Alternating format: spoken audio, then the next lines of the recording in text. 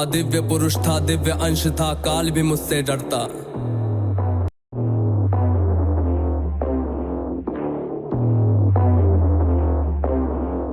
था दिव्य पुरुष था दिव्य अंश था, काल भी मुझसे डरता। कर दूं परास्त देवों को भी, इतना भुजाओं में बल था। तेज अलौकिक चेहरे पर था, क्रोध में सूर्य सा जलता। था वीर महाभट योद्धा, मेरा नाम दानवीर कर्ण था। जो महारथी है पराक्रमी है कर्म वीर वो कर्ण हूँ मैं, जो कुरुक्षेत्र की मिट्टी के कण कण में है वो कर्ण हूँ मैं, जो सूर्य देव की स्वर्णिम किरणें धरती पे वो कर्ण हूँ मैं, जो प्राण भी देते दान में ऐसा दानवीर वो कर्ण हूँ मैं। जो महारथी है पराक्रमी है कर्म वीर वो कर्ण हूँ मैं, जो कुरुक्षेत्र की मिट्टी के कण कण में है वो कर्ण हूँ मैं, जो सूर्य देव की स्वर्णिम किरणें धरती पे वो कर्ण हूँ मैं, जो प्राण भी देते दान में ऐसा दानवीर वो कर्ण हूँ मैं। जब जन्म हुआ माँ ने त्यागा मुझे लोक लाज के डर से, जिस वक्त मैं माँ पर निर्भर था उठ माँ का साया बिसर से।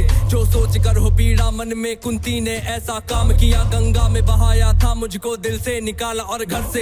एक सारथी ने मुझको पाला, राधा ने माँ का प्यार दिया, लोगों ने नीचे वर्ण का कह हर क्षण मेरा अपमान किया। एक सूत ने पाला था मुझको, सबने समझा मैं शूद्र हूँ, था सत्य का किसी को ज्ञान नहीं, मैं कर्ण सूर्य का पुत्र हूँ। अपमान का घूंट मैं पीता रहा था, कर्म वीर मैं जीता रहा, जो स्वाभिमान को जख्म लगे उस वक्त मैं उनको सीता रहा। मेरा जिस पर बस ध्यान था वो युद्ध कला का ज्ञान था, पर सीखूं किससे युद्ध कला था मैं न किसी को जानता। रुच को देखा अधिरथ ने मुझको द्रोण के पास में लेके गया, सीखूंगा अब मैं युद्ध कला आश्वासन मुझको दे के गया। पर द्रोण ने भी धिक्कारा था, फिर मुझको ताना मारा था, है राजपुत्रों की युद्ध कला ये कहकर मुझे नकारा था। फिर युद्ध कला के ज्ञान को मैंने गुरु परशुराम से मांगा, शिक्षा को देकर छीन लिया इतना। Hello hello hello hello hello hello hello hello hello hello hello hello मंच भी लगा हुआ वहाँ। वेरी गुड इवनिंग भाई, वेरी गुड इवनिंग जी, की हाल चाल।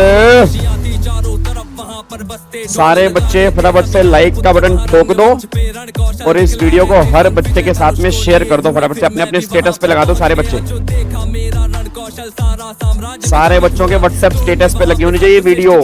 जिसे पुकारा था मैंने भी फिर सबके समक्ष उस अर्जुन को ललकारा था। फिर किया तिरस्कृत द्रोण ने मुझको, जाने क्या क्या बात कही, पहचान लिया था पुत्र को लेकिन कुंती फिर भी मौन रही। फिर दुर्योधन ने बड़ी सभा में द्रोणाचार्य को रोक दिया, मुझको कह करके अंगराज फिर अंग देश मुझे सौंप दिया। ये बात सुनी जब मैंने तब मैं गौरव से हर्षाया था, मुझे दुर्योधन ने मित्र कहा और सीने से hello hello hello mic check 1 2 3, mic check 1 2 3। में खड़ा हुआ मैं दानवीर, फिर उसी समय से दुर्योधन का ऋणी हुआ मैं दानवीर, फिर उसी समय से दुर्योधन का ऋणी हुआ मैं दानवीर, फिर उसी समय से दुर्योधन का ऋणी हुआ। जो महारथी है पराक्रमी है कर्मवीर वो कर्ण हूँ मैं, जो कुरुक्षेत्र की मिट्टी के कण कण में है वो कर्ण हूँ मैं, जो सूर्य देव की स्वर्णिम किरणें धरती पे वो कर्ण हूँ मैं, जो प्राण भी देते दान में ऐसा दानवीर वो कर्ण हूँ मैं। मुझे क्रोध भयंकर आता था पर क्रोध को मैंने बांध लिया, बनना है मुझको सर्वश्रेष्ठ ये मन में मैंने ठान लिया। कि अपमानित मुझे बार बार ना किसी ने मेरा मान किया, एक दुर्योधन ही था जिसने हरदम मेरा सम्मान किया।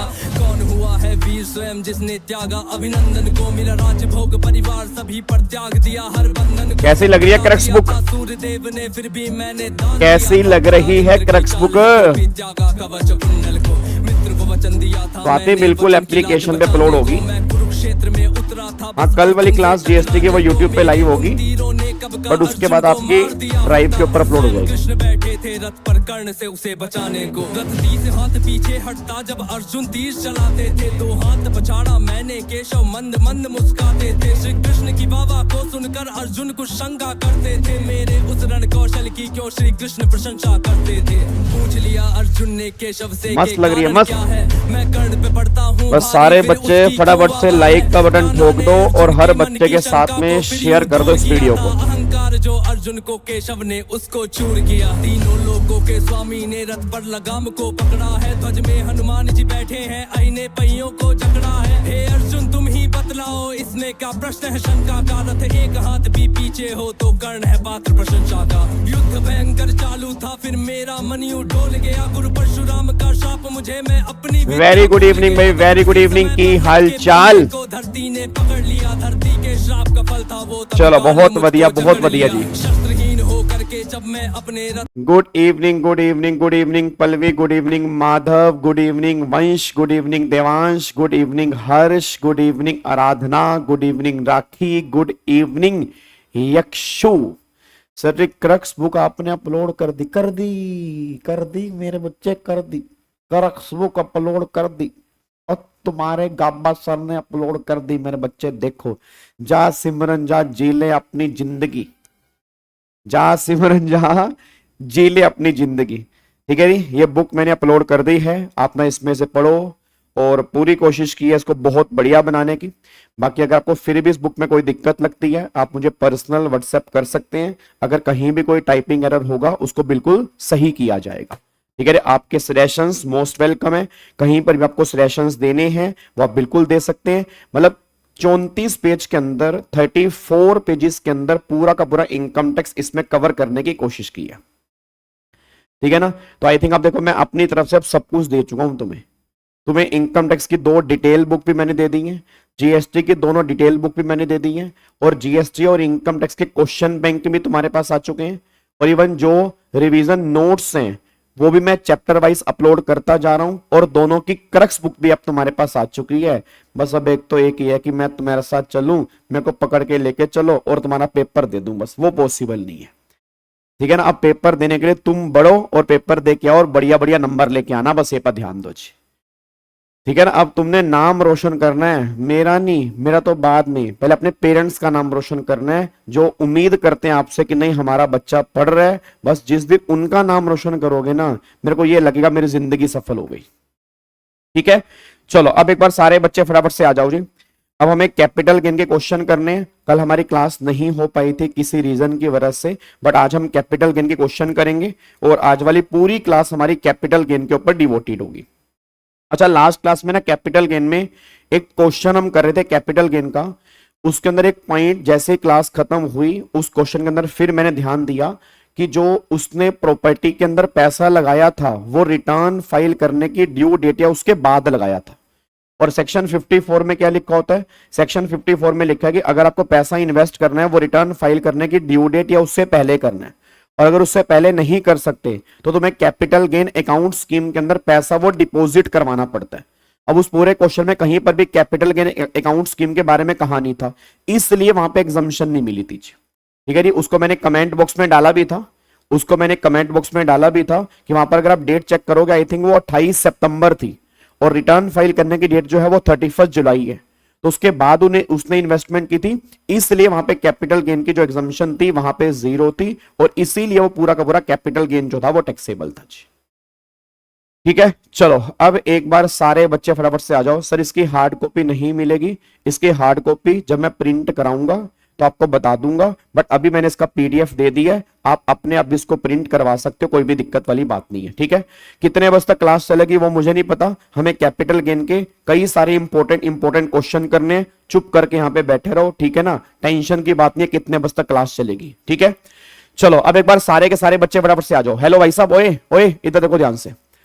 अब एक बार सारे के सारे बच्चे फटाफट से यहाँ पे आ जाओ और अपनी क्लास अब स्टार्ट करने जा रहे हैं। बिल्कुल शांत होके बैठ जाओ, बिल्कुल शांत होके बैठ जाओ जी। लाइव चैट अपनी यहाँ पे बंद कर दो और क्वेश्चन पे ध्यान लगाना, क्योंकि जो भी आज हम क्वेश्चन करने वाले हैं ये लिख लो, उसमें से एक क्वेश्चन इस बार के एग्जाम में तुम्हारे कंफर्म बनेगा। मैं फिर कह रहा हूं 9:05 हुए, 28 तारीख को ये बात मैंने बोली है कि जो भी आज हम ये क्वेश्चन करने वाले हैं इनमें से एक क्वेश्चन कंफर्म इस बार के एग्जाम में तुम्हारे बनेगा, बस ये पर ध्यान दो जी। ठीक है जी, चलो अब एक बार सारे के सारे बच्चे फटाफट से आ जाओ जी। अब एक ना लास्ट क्लास में 1-2 क्वेश्चन के छोटे छोटे डाउट्स थे बच्चों के, एक बार पहले फटाफट से वो डिस्कस कर लेता हूं और देन फिर आज वाले क्वेश्चन में स्टार्ट करूंगा। और ये जो हैं ये हमारे आज वाले क्वेश्चन है, ये हमारे आज वाले क्वेश्चन है। टोटल 8 से 9 क्वेश्चन है जो आज वाली क्लास में हमें डिस्कस करने। तो चुप करके अपना कैलकुलेटर उठा लो, एक नोटबुक अपने पास रख लो, जो मैं बोलूंगा उसको ध्यान से सुनते रहना बस। ठीक है, अब एक ना बच्चे का डाउट जो एक आया था कि सर एक क्वेश्चन नंबर 30 में डाउट था, एक बच्चे का ना क्वेश्चन नंबर 30 में डाउट था। तो एक बार पहले मैं क्वेश्चन नंबर 30 में जो भी डाउट था एक बार पहले फटाफट से वो देख लेता हूं। ठीक है, उसके बाद फिर हम आज वाली क्लास हम स्टार्ट करेंगे। एक बार चेक करना क्वेश्चन नंबर 30 में क्या डाउट है, एक बार कंसीडर करते हैं, फटाफट से क्वेश्चन नंबर 30 पढ़ लेते हैं। एक बार क्वेश्चन नंबर 30 फटाफट से पढ़ लेते हैं। एक बार क्वेश्चन नंबर 30 चेक करो, क्वेश्चन नंबर 30 क्या कह रहा है जी। अब अगर मैं क्वेश्चन नंबर 30 की बात करूंगा तो क्वेश्चन नंबर 30 ये बात कह रहा है, star enterprises has transfer its unit R to A limited by way of slump sale on January 23 2024। The summarise balance sheet of star enterprise as on the date is given below. अब यहाँ पे क्या है, उस मान लो for example एक company है, उसकी 3 यूनिट है। अब उसकी 3 यूनिट कौन कौन सी है जी, उसकी यूनिट पी है, उसकी यूनिट क्यू है, उसकी यूनिट आर है। अब इन तीनों में से उसने क्या किया, इन तीनों में से उसने यूनिट आर जो है वो सेल कर दी। अच्छा, अगर यूनिट आर सेल कर दी है तो याद करो कैपिटल गेन में एक सेक्शन हमने पढ़ा था, सेक्शन 50B स्लम सेल वाला। अब सेक्शन 50B जो था वो स्लम सेल का था। स्लम सेल वाले केस में क्या होता है कि अगर पूरी की पूरी अंडरटेकिंग सेल कर दोगे तो कैपिटल गेन जो होंगे वो पूरी अंडरटेकिंग के बेस पे लगेंगे। अब एक बात मैं बताऊं, उसने यूनिट आर बेची है। अच्छा, सेल प्राइस में से माइनस क्या करते हैं, जो भी आपकी नेटवर्थ होती है, और नेटवर्थ का मतलब क्या होता है, एसेट्स माइनस में लाइबिलिटीज। अब एक बार यहां पे चेक करना सारे के सारे बच्चे, कह रहे using the further information below compute the capital gain arising on slump sale of unit R for assessment year 25-26। अब ध्यान से चेक करना जी, उसने बोला slump sale consideration on transfer of unit R जो है वो 930 करोड़ रुपए का है। तो सेल प्राइस मेरा कितना हो गया, 930 करोड़ रुपए का। तो 930 करोड़ रुपए का मेरा सेल प्राइस हो गया। अब इसमें से माइनस करेंगे नेटवर्थ, माइनस करेंगे नेटवर्थ। अब अगर मैं नेटवर्थ की बात करूंगा तो नेटवर्थ का मतलब होता है एसेट्स माइनस में लाइबिलिटी। अब यहां पे वो कह रहा है कि fix asset of unit R include land which was purchase of 110 lakh rupees in 2009 and was revalue at the 140 lakh. अब मेरा पूरी क्लास से क्वेश्चन है, मेरे को सारे के सारे बच्चे बताओ। अब यहां पर वो कह रहे हैं कि फिक्स एसेट जो है ना, अब मान लो यहां पर फिक्स एसेट जो दी है वो कितनी दी है, वो 600 लाख रुपए की दी है। अब अगर उस 600 लाख में से जो वैल्यू है लैंड की वो कितनी है जी, 110 लाख रुपए की है। जो रिवैल्यू करके कितनी दिखाई गई है, 140 लाख रुपए की। तो अगर मैंने पहले ही भी कहा था कि रिवैल्यूएशन को इग्नोर करते हैं। अब अगर रिवैल्यूएशन को इग्नोर करते हैं तो लैंड की वैल्यू कितनी मानेंगे, लैंड की वैल्यू मानेंगे 110 लाख रुपए। तो ये वैल्यू जो है वो 110 लाख रुपए की यहां पे निकल के आ गई। फिर वो कहना चाह रहा है जो अदर फिक्स एसेट है यूनिट आर की आर रिफ्लेक्टेड एट 460 लाख। अब ये 460 लाख कैसे है भाई, 600 लाख में से उसने बोला लैंड की वैल्यू माइनस कर दी। अब अगर 600 में से उसने 140 माइनस कर दिया तो कितना दिखा दिया, 460। बट वो सारी की सारी कौन सी है, वो डेप्रिशिएबल एसेट है। अब डेप्रिशिएबल एसेट की हम क्या लेते हैं, डब्ल्यूडीवी लेते हैं। और डब्ल्यूडीवी कितनी दे रखी है, उसने बोला डब्ल्यूडीवी जो है वो 430 लाख रुपए की है। अब डब्ल्यूडीवी कितनी है, 430 लाख रुपए की। तो ये मेरी 430 लाख रुपए की आ गई। उसके बाद एक बार यहां पे चेक करो, ये मैंने फिक्स एसेट ले ली है। फिर यहां पे अदर एसेट चेक करो, अदर एसेट में यूनिट आर की एसेट कितनी है, 440। तो अदर एसेट कितनी है, 440। तो यहां पे 440 यहां पे निकल के आ जाएगा जी। अब ये सारी की सारी मेरी एसेट्स होगी। इसमें से लाइबिलिटी माइनस कर दोगे। अब लाइबिलिटीज में कौन कौन सी आएंगी, यूनिट आर की ये 140 रुपए की लाइबिलिटी है। तो इसमें से 140 रुपए की लाइबिलिटी अगर माइनस करोगे तो आपकी नेटवर्थ निकल के आएगी। तो एक बार चेक करो कितना आ रहा है, 110 प्लस में 430 प्लस में 440 माइनस में 140। तो आपकी नेटवर्थ जो आ रही है वो 840 आ रही है जी। अब अगर मेरी नेटवर्थ 840 है तो 930 में से अगर मैं 840 माइनस करूंगा तो बैलेंस मेरा 90 का कैपिटल गेन निकल के आ रहा है जी। अगर मैं चेक करूंगा बैलेंस मेरा यहाँ पे 90 लाख का कैपिटल गेन निकल के आ रहा है। अब बताओ इसमें कोई दिक्कत परेशानी जी। अब बताओ इससे सिंपल क्वेश्चन क्या बनेगा सर, बिल्कुल सिंपल क्वेश्चन है भाई। आपका सेल प्राइस में से अगर मैं नेटवर्थ माइनस करूंगा तो 90 बैलेंस बचेगा और वो 90 मेरा यहाँ पे कैपिटल गेन निकल के आएगा। आई होप आपको मेरी बात समझ में आ रही है जी, कोई दिक्कत तो नहीं है। क्या इसको लॉक कर सकते हैं जी, क्या इसको हम लॉक कर सकते हैं, फटाफट से बता दो मुझे जी। डन, चलो जी। तो ये क्वेश्चन नंबर 30 में कुछ बच्चों का डाउट था, आई होप आपको समझ में आ चुका है जी। अब एक बार सारे के अच्छा एक बात बताओ, इन्होंने कॉस्ट इन्फ्लेशन इंडेक्स दे रखा है, क्या मेरे काम का है, आंसर इज नो। याद करो हमने क्लास के अंदर भी कहा था कि स्लम सेल वाले केस में इंडेक्सेशन नहीं मिलती। हेलो भाई साहब, ओए ओए इधर आईपीएल बेटे बाद में देख लियो। माही नहीं मार रहा, अभी माही नहीं मार रहा, माही इधर मार रहा है। माही भी कह रहा है बेटे पढ़ ले, तेरी मम्मी वेट कर रही, बेटे पढ़ ले, हम तो अपना काम कर रहे हैं। माही अपना काम कर रहा है, तुम्हें अपना काम करना पड़ेगा। तो सारे के सारे बच्चे एक बार यहां पे ध्यान दो, स्लम सेल वाले केस में इंडेक्सेशन नहीं मिलती, चाहे वो लॉन्ग टर्म कैपिटल गेन ही क्यों ना हो, उस केस में इंडेक्सेशन नहीं होती। स्लम सेल वाले केस में इंडेक्सेशन नहीं करनी होती। क्या बात मेरी समझ में आ रही है। एक बच्चा कह रहा है सर 140 और 440, अरे मेरे नालायक बच्चे 440 तो दे रखा है, ये दे रखा है 440, इसमें पूछने वाली बात क्या है, को यहां यूनिट आर की एसेट दी तो है, और 140 कैसे आया, 140 तो उसने ये बोला है, बट ये हमें लेना नहीं ना, हमें बुक वैल्यू लेनी है, और बुक वैल्यू कितनी है 110, रिवैल्यूएशन हमें इग्नोर करनी है, तो ये 140 वैल्यू मेरे किसी काम की नहीं है। ठीक है, चलो अब मैं एक बार इसको लॉक कर रहा हूं। ठीक है, अब जिनको भी दोबारा से देख रहे हैं वीडियो पीछे करके सुन सकते हैं, क्योंकि बहुत सारे क्वेश्चन हमें प्रैक्टिस करने हैं। अब मैं फाइनली आज वाली क्लास के ऊपर आ रहा हूं। सर एक क्वेश्चन नंबर 27 भी बता दो यार, अब ऐसे मत करो प्लीज। क्वेश्चन नंबर 27 से सिंपल क्वेश्चन क्या होगा बताओ। अगर क्वेश्चन नंबर 27 भी डाउट है ना, फिर तो भाई तक खतरनाक बात है।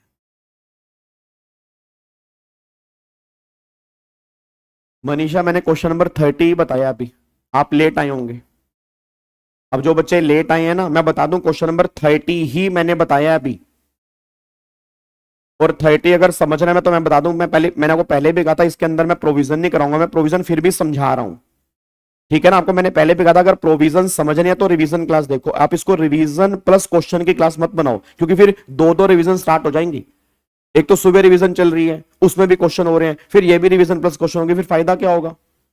इसको सिर्फ क्वेश्चन की क्लास है तो क्वेश्चन की क्लास ही रहने दो, इसलिए प्रोविजन एक बार पहले पढ़ के आओ स्लम सेल वाले, उसके बेस पे क्वेश्चन करेंगे जी। एक बार क्वेश्चन नंबर 27 में तो लास्ट टाइम बता रहा हूं, क्वेश्चन नंबर 27 के अंदर वैसे कुछ खास है नहीं है, इधर देखो ध्यान से जी। क्वेश्चन नंबर 27 है, एबीसी लिमिटेड कन्वर्ट एक कैपिटल एसेट ऑन अमाउंट जो है वो 1,00,000 का जून 2004 में उसने परचेस किया, अरे जून 2004 में into stock in trade in the month of November 12। अब यहां पे उसने कैपिटल एसेट को स्टॉक इन ट्रेड में कन्वर्ट करवाया। अब अगर कैपिटल एसेट में स्टॉक इन ट्रेड को कन्वर्ट करवाया तो याद करो आपने सेक्शन 45(2) किया था। अब सेक्शन 45(2) में क्या था कि अगर कोई पर्सन अपनी कैपिटल एसेट को स्टॉक इन ट्रेड में कन्वर्ट करेगा, उस कन्वर्जन को भी ट्रांसफर मानते हैं। तो मेरा पूरी क्लास से क्वेश्चन है, उसने अपनी कैपिटल एसेट को स्टॉक इन ट्रेड में कन्वर्ट करा सन 2012 में, ये ट्रांसफर हो गया।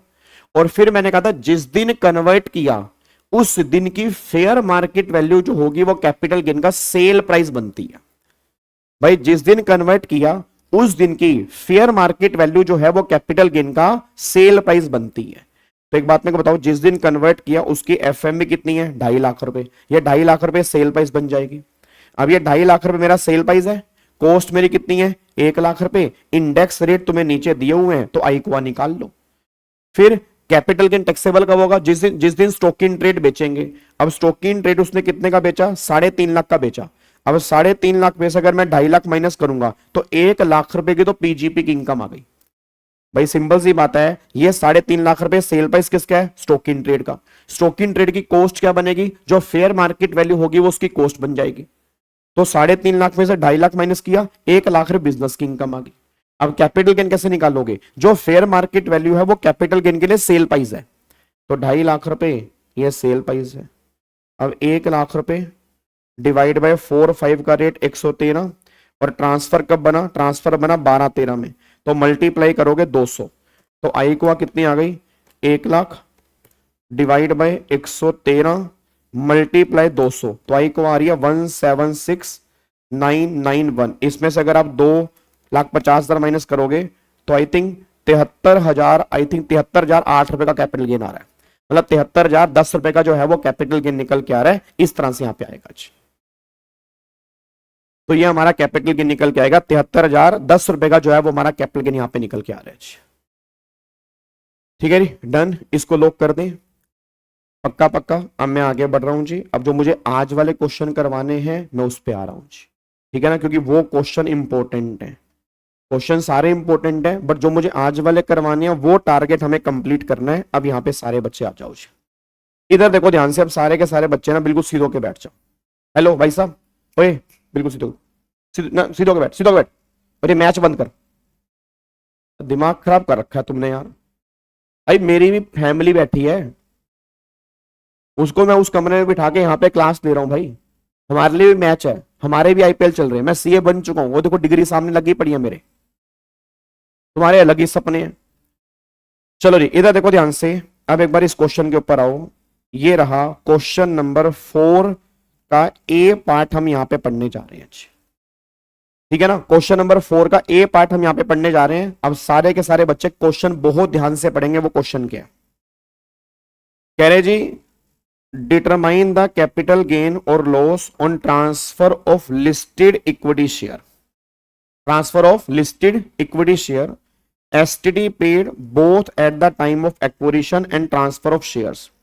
फिर वो कह रहा है उसने और क्या बेचा है, and units of equity oriented mutual fund STD paid at the time of transfer of units for the assessment year 25-26 and tax if payable thereon in the following cases assuming that these are only the transaction cover under section 112A under section 112A during the previous year 2024-25 in respect of the these assessee। अब मेरा पूरी class का question है। पहली बात तो उसने question में ये कंफर्म कर दिया कि ये क्वेश्चन जो है वो सेक्शन 112 कैपिटल ए का है। अब अगर सेक्शन 112 कैपिटल ए का है तो कुछ बातें उसकी मैं तुम्हें बता दूं, क्वेश्चन तुम्हें ही करना है, क्वेश्चन मुझे नहीं करना। सबसे पहली बात, लॉन्ग टर्म कैपिटल गेन 112 में जो भी गेन आएंगे वो 1,25,000 रुपए के एग्जम्प्ट है। 1,25,000 से जो ऊपर होंगे वो टैक्सेबल होंगे एट द रेट 10%। बट 10% से टैक्सेबल कब होंगे, अगर वो ट्रांसफर जो है वो 23 जुलाई 24 से पहले है, और अगर वो ट्रांसफर 23 जुलाई 2024 या उसके बाद है तो 125 एग्जम्प्ट है, और 125 के जो भी टैक्सेबल होंगे वो 12.5% से टैक्सेबल होंगे। तो पहली बात तो हमें देखना है कि उसने ट्रांसफर 23 जुलाई 24 से पहले किया या 23 जुलाई 24 या उसके बाद किया। फिर दूसरी बात, एक बात और ध्यान देना, long term capital gain 112A में याद है मैंने तुम्हें कोस्ट निकालने का तरीका बताया था। जो हमने लॉन्ग टर्म कैपिटल गेन 112 किया था उसमें तुम्हें कोस्ट निकालने का तरीका बताया था मैंने, याद करो वो तरीका क्या था।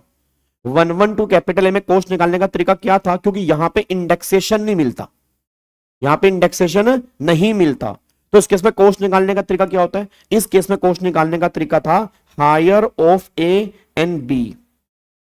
अब higher of A and B का मतलब क्या था, ए का मतलब क्या था जो एक्चुअल कॉस्ट होती है वो लेके चलने, और बी का मतलब क्या था, बी का मतलब था लोअर ऑफ 1 एंड 2। बी का मतलब था लोअर ऑफ 1 एंड 2। अब 1 एंड 2 में से इन दोनों में से लोअर, फिर जो लोअर आएगा उसमें से हायर, फिर वो तुम्हारी कॉस्ट बनती है। अब यहां पे लोअर किस में से लेना है, तो लोअर मैंने कहा था जो भी तुम्हारा सेल प्राइस होगा और जो 31 जनवरी 2018 की फेयर मार्केट वैल्यू होगी। मैं दोबारा बोलूंगा, जो भी तुम्हारा सेल प्राइस होगा और जो 31 जनवरी 2018 की फेयर मार्केट वैल्यू होगी, इनमें से लेस फिर इनमें से हायर, ये तुम्हारी कॉस्ट बनेगी। फिर मैंने तुम्हें रेगुलर बैच के अंदर यह भी कहा था कि अगर तुम्हें एक से ज्यादा एफएमवी दे रखी हैं तो जो भी हायर एफएमवी होगी उसको बेस बना के चलना, उसके बेस पे गेन निकालना। अब सारे बच्चे फटाफट से क्वेश्चन करो जी, ये क्वेश्चन का पहला पार्ट करो और मेरे को पहले पार्ट के अंदर कैपिटल गेन निकाल के बताओ और इसका टैक्स निकाल के बताओ जी। मेरे को सारे के सारे बच्चे पहले पार्ट के अंदर इसका टैक्स निकाल के बताओ और मुझे आंसर निकालो। फटाफट से बताओ कितना आंसर आ रहा है जी। सबसे पहला पार्ट करोगे जी, जल्दी करो फटाफट से जी। 1.5 लाख रुपए कैपिटल गेन आ रहा है, ओके सारे बच्चे फटाफट से करो जी। कैपिटल गेन पहले पार्ट में कितना आ रहा है बेटे, काम करने से होगा, मेरी शक्ल देखने से नहीं होगा। मैं तुम्हारी बात कर रहा हूं, मेरी शक्ल मत देख, हट नालायक। पेन रख के बैठे हो भाई, कुछ तो करो, हाथ पैर तो चलाओ यार। पेपर में तुम्हें ही करना सारा कुछ ये। हाँ जी फटाफट से बताओ पहले में कितना आएगा। पहले में कितना आ रहा है 1.5 लाख रुपए। अच्छा 1.5 लाख रुपए कैसे निकल के आ रहा है, आपने 300 शेयर परचेस किए, 300 शेयर परचेस किए 20 मई 17 को, उसकी कॉस्ट कितनी है 400 रुपए।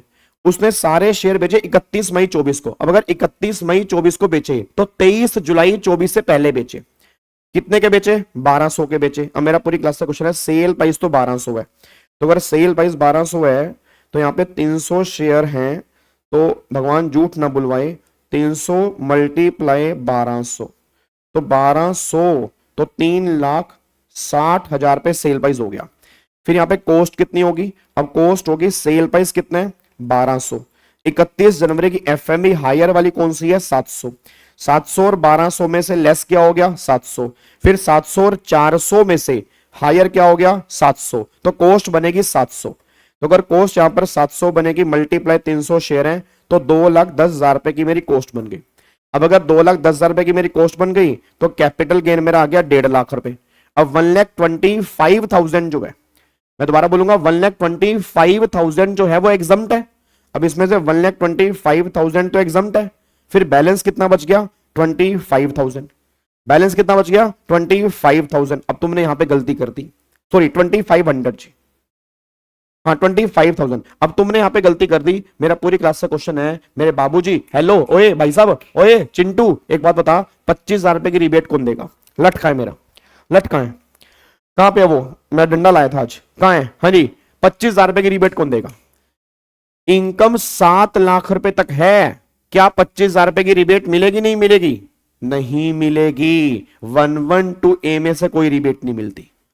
ना ना ना ना ना ना ना ना ना ना, long term capital gain 112A के टैक्स में से कोई रिबेट नहीं मिलती, कोई रिबेट नहीं मिलती। तो 25,000 के यहां पे इनकम है, इसका 10% जो आएगा वो 2,500 रुपए का टैक्स आएगा, प्लस में 4% सेस आएगा, तो 2,600 रुपए आंसर आएगा। जिसका भी 2,600 रुपए आंसर है, आपने नंबर पक्के कर लेना। 2,500 वाले अपना आधा नंबर या एक नंबर काट लेना चाहिए।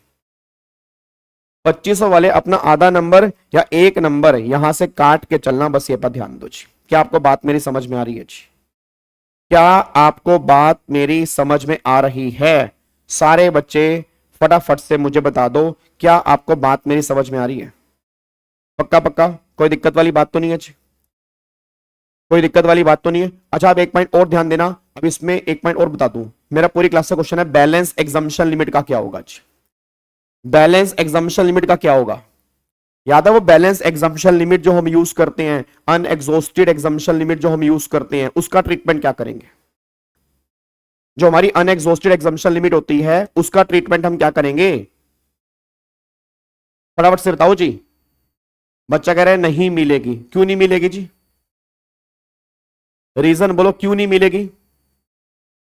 रीजन बोलो मुझे, क्यों नहीं मिलेगी? आप कह रहे हो नहीं मिलेगी, नहीं मिलेगी, नहीं मिलेगी, रीजन बताओ क्यों नहीं मिलेगी? हाँ नहीं, क्यों नहीं मिलेगी जी? तो आपकी जानकारी के लिए बता दूं, क्यों नहीं मिलेगी वो ध्यान से सुन लो, क्योंकि उसने यहां पे पहली बात तो हमें कुछ भी नहीं कहा अदर इनकम के बारे में, और ना उसने हमें एज बताई, ना उसने हमें स्कीम बताई। अगर आप क्वेश्चन ध्यान से पढ़ोगे, ना तो उसने हमें एज बताई है, ना उसने हमें कोई स्कीम बताई है, उसने एग्जम्पशन लिमिट के बारे में कुछ नहीं कहा। हाँ 112 में एग्जम्पशन लिमिट यूज होती है, बट इस वाले केस में कोई भी इंफॉर्मेशन नहीं है, तो हम एज्यूम करके चलेंगे कि वो लिमिट पूरी कंज्यूम हो चुकी है। सर बट अगर मान लो हम इसमें से यूज कर दें, तो भाई हमें थोड़ा पता लगेगा, क्योंकि 112A में तो यूज हो सकती है। अब अगर मान लो 112A में यूज हो सकती है, और अगर हम इसमें यूज कर दें, तो अगर आप यूज कर रहे हो तो आपको एजम्पशन लिख के आनी पड़ेगी, क्या उसने डिफॉल्ट ली है, नॉर्मल ली है, और मैं ये मान रहा हूं अदर इनकम 0 है, तो बहुत सारी एजम्पशन लिख के आनी पड़ेंगी, उसके बेस पे आप आंसर देके आओगे जी। बट बेटर ये है कि जो उसने हमसे क्या पूछा, 112A का टैक्स निकाल लो, तो हम एज्यूम करके चल रहे हैं कि वो लिमिट यूज हो चुकी है, तो 112A में जो टैक्स बनेगा बस वो हमें यूज करके आना है, बस ये पर ध्यान दो जी। क्या बात मेरे समझ में आ रही है जी? हाँ, अगर स्कीम मेंशन होती, अगर एज मेंशन होती, फिर हम बिल्कुल यूज करते जी। आप चेक करो, पूरे क्वेश्चन में स्कीम के बारे में उसने कुछ कहा ही नहीं, सारी बातें कैपिटल गेन की चल रही हैं। अब अगर सारी की सारी बातें कैपिटल गेन की चल रही हैं, तो मैं एज्यूम करना है कि वो लिमिट अदर इनकम में यूज हो चुकी है जी। क्या बात मेरी समझ में आ रही है? चलो अब इसका दूसरा पार्ट करो जी। अब इसका दूसरा पार्ट यहां पे करो, ये आपका सेकंड पार्ट है जी, ये लो। अब यहां पे फटाफट सेकंड पार्ट करो जी। सेकंड पार्ट यहां पे आ रहा है, mister Raj purchase 200 units of equity oriented mutual fund. पहले बताओ, इक्विटी ओरिएंटेड म्यूचुअल फंड वाले केस में क्या 112A लगता है? हेलो भाई साहब, इक्विटी ओरिएंटेड म्यूचुअल फंड वाले केस में क्या 112A लगता है? बिल्कुल लगता है। उसने परचेस किए 1 फरवरी 17 को एट ए कॉस्ट ऑफ 550 रुपए पर यूनिट।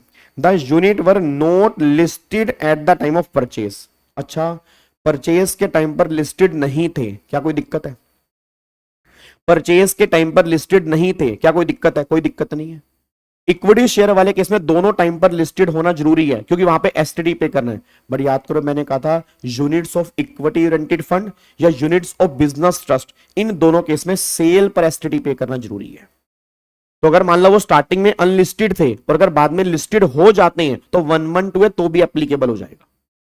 इक्विटी शेयर वाले केस में दोनों टाइम पर लिस्टेड होना जरूरी है, but units of equity oriented fund और यूनिट्स ऑफ बिजनेस ट्रस्ट वाले केस में सिर्फ सेल की ट्रांजैक्शन पर एसटीटी पे करना जरूरी है। अगर परचेज पर नहीं भी किया होगा तो भी चलेगा। भैया अगर परचेज अनलिस्टेड है कोई दिक्कत वाली बात नहीं है। फिर वो कह रहा है subsequently units of A were listed on 1 जनवरी 18। अब वो लिस्टेड हो गई 1 जनवरी 18 को, अच्छी बात है, on the national stock exchange. और उसने बेचा कितने कह रही, 3 अप्रैल 24 को बेचे, 900 रुपए का बेचा है। अब 900 रुपए का बेचा है तो 900 मल्टीप्लाई 200, तो 900 मल्टीप्लाई 200 यूनिट है, तो एक बार चेक करना कितना आ गया, 900 मल्टीप्लाई 200 तो 1,80,000 रुपए का मेरा सेल प्राइस आ गया। फिर उसने यहां पर अब बोल दिया जी, उसने डिटेल आपको दे रखा है, एक तो यहाँ पे एफएमवी दे रखी है और एक नेट एसेट वैल्यू दे रखी है। हमें तो एफएमवी देनी है। एफएमवी कौन से दिन की देखनी है हमें, एफएमवी देखनी है 31 जनवरी 18 की। अब 31 जनवरी 18 की हायर वाली देख लो, हायर वाली कौन सी है, तो इनमें से हायर कौन सी बनेगी, 750 बनेगी। अब 750 और सेल प्राइस कितना है 900, तो 900 और 750 इनमें से लेस क्या हो गया 750, फिर 750 और 500 सॉरी 550 इनमें से हायर क्या हो गया, यहां पे हायर बन गया 750, तो कॉस्ट बनेगी 750 और 200 यूनिट है तो 750 मल्टीप्लाई 200 कितना बनेगा जी 1.5 लाख। अब मेरा पूरी क्लास से क्वेश्चन है 30,000 रुपए कैपिटल गेन आ रहा है जी। अब सारे बच्चे बोल देना 30,000 रुपए कैपिटल गेन निकल के आ रहा है। मैं आपसे जानना चाहता हूं 1,25,000 तक है, अब 1,25,000 रुपए तक है। अगर 1,25,000 रुपए तक है तो टैक्स बनेगा नील, क्योंकि सारे के सारे कैपिटल गेन एग्जम्प्ट हो चुके हैं जी। सारे के सारे कैपिटल गेन जो है वो एग्जम्प्ट हो चुके हैं। रीजन क्योंकि जो कैपिटल गेन है वो 1,25,000 तक है एग्जम्प्ट, और सारे के सारे गेन एग्जम्प्ट है, कोई भी टैक्स लायबिलिटी यहां पे नहीं आएगी जी। अब ये क्वेश्चन तुम्हारे एग्जाम में 5 नंबर के अंदर बन सकता है। आपको बार बार कह रहा हूं आज की क्लास को मजाक मत लेना, कोई बड़ी बात नहीं, तुम्हें सेम क्वेश्चन इस बार के एग्जाम में तुम्हें देखने को मिल जाएगा और तुम मुझे याद करोगे, इस वाले सेशन को याद करोगे जी। कोई दिक्कत तो नहीं है जी, पक्का पक्का लोग कर दो उसको नहीं। चलो तो ये क्वेश्चन हमारा यहां पे अब जाके हो चुका है जी। अब यहां पे आ जाओ, अब कैपिटल गेन का अगला क्वेश्चन ये लो जी, आ जाओ जी फटाफट से आओ जी। अब एक बार फटाफट से यहां पे आ जाओ जी, इधर देखो ध्यान से। अब एक बार इस क्वेश्चन का आ जाओ जी, कैपिटल गेन का ये वाला क्वेश्चन पढ़ना स्टार्ट करो, वो क्या कह रहा है जी। आओ जी क्वेश्चन पढ़ो, क्या कह रहा है वो, कह रहा है mister Ashish entered into an agreement with Mr. Dhaval to sell his residential house located at Navi Mumbai on 16 August 2024 for 80 lakh रुपए। आप मेरे को बताओगे, ये नोट्स कहीं से नहीं मिलेंगे, ये क्वेश्चन बैंक है, उसमें से मैंने कुछ क्वेश्चन सिलेक्ट किए हैं, ये वो क्वेश्चन है, ठीक है ना। तो क्वेश्चन बैंक मैंने सबको दिया हुआ है, तो अगर क्वेश्चन बैंक मैंने सबको दिया हुआ है उसी के ही क्वेश्चन है, बट हाँ ये जो मैं तुम्हें आज क्वेश्चन करवा रहा हूं ये क्वेश्चन बैंक के नहीं है, ये एडिशनल क्वेश्चन है। इसका पीडीएफ मैं तुम्हें दे दूंगा, कोई बात नहीं जी। सर 125 टोटल है, इफ वाई डोंट पॉइंट में एक क्वेश्चन होता, हाँ अगर एक क्वेश्चन होता तो फिर टोटल लिमिट मिलती ना, वो तो क्वेश्चन अलग अलग था जी। ठीक है, अब मेरे को सारे बच्चे बताओ तुम्हें इस क्वेश्चन में कोई खास पॉइंट लग रहा है, तुम्हें इस क्वेश्चन में कोई खास पॉइंट लग रहा है। इस क्वेश्चन में खास पॉइंट पता क्या है, इसमें ट्रांसफर जो है वो 23 जुलाई के बाद है। अब सारे बच्चे बोल दो अगर ट्रांसफर 23 जुलाई के बाद है तो क्या हमें इंडेक्सेशन करनी है, नहीं करनी जी। भाई सिंपल सी बात है, इंडेक्सेशन करनी नहीं ना, क्योंकि अगर ट्रांसफर 23 जुलाई 24 या उसके बाद है, अब उस केस में इंडेक्सेशन नहीं करनी हमें। तो ध्यान रखना है, नया वाला क्वेश्चन है, नए लो वाला क्वेश्चन है। अब आगे बढ़ो जी, कह रहा है सेल 80 लाख रुपए का सेल प्राइस है, फिर वो कह रहा है sale proceed was to be paid in the following manner, 20% उसने अकाउंट पे चेक से किया on the date of agreement. अब मेरा पूरी क्लास से क्वेश्चन है, सारे के सारे बच्चे आंसर देते हैं। हेलो भाई साहब, ओए ओए इधर देखो ध्यान से, अब मेरे को सारे के सारे बच्चे आंसर देंगे। 20% अकाउंट पे चेक से किया एग्रीमेंट के दिन। अब अगर एग्रीमेंट के दिन उसने अकाउंट पे चेक से किया तो सारे के बच्चे मेरे को आवाज मार देना। हमें एसडीवी बेस लेनी पड़ेगी एग्रीमेंट के दिन की, हमें एसडीवी बेस लेनी पड़ेगी एग्रीमेंट के दिन की। एसडीवी रजिस्ट्रेशन के दिन की मेरे काम की नहीं है, एग्रीमेंट के दिन वाली एसडीवी काम की है, क्योंकि उसने एडवांस एग्रीमेंट के दिन या उससे पहले दे दिया जी।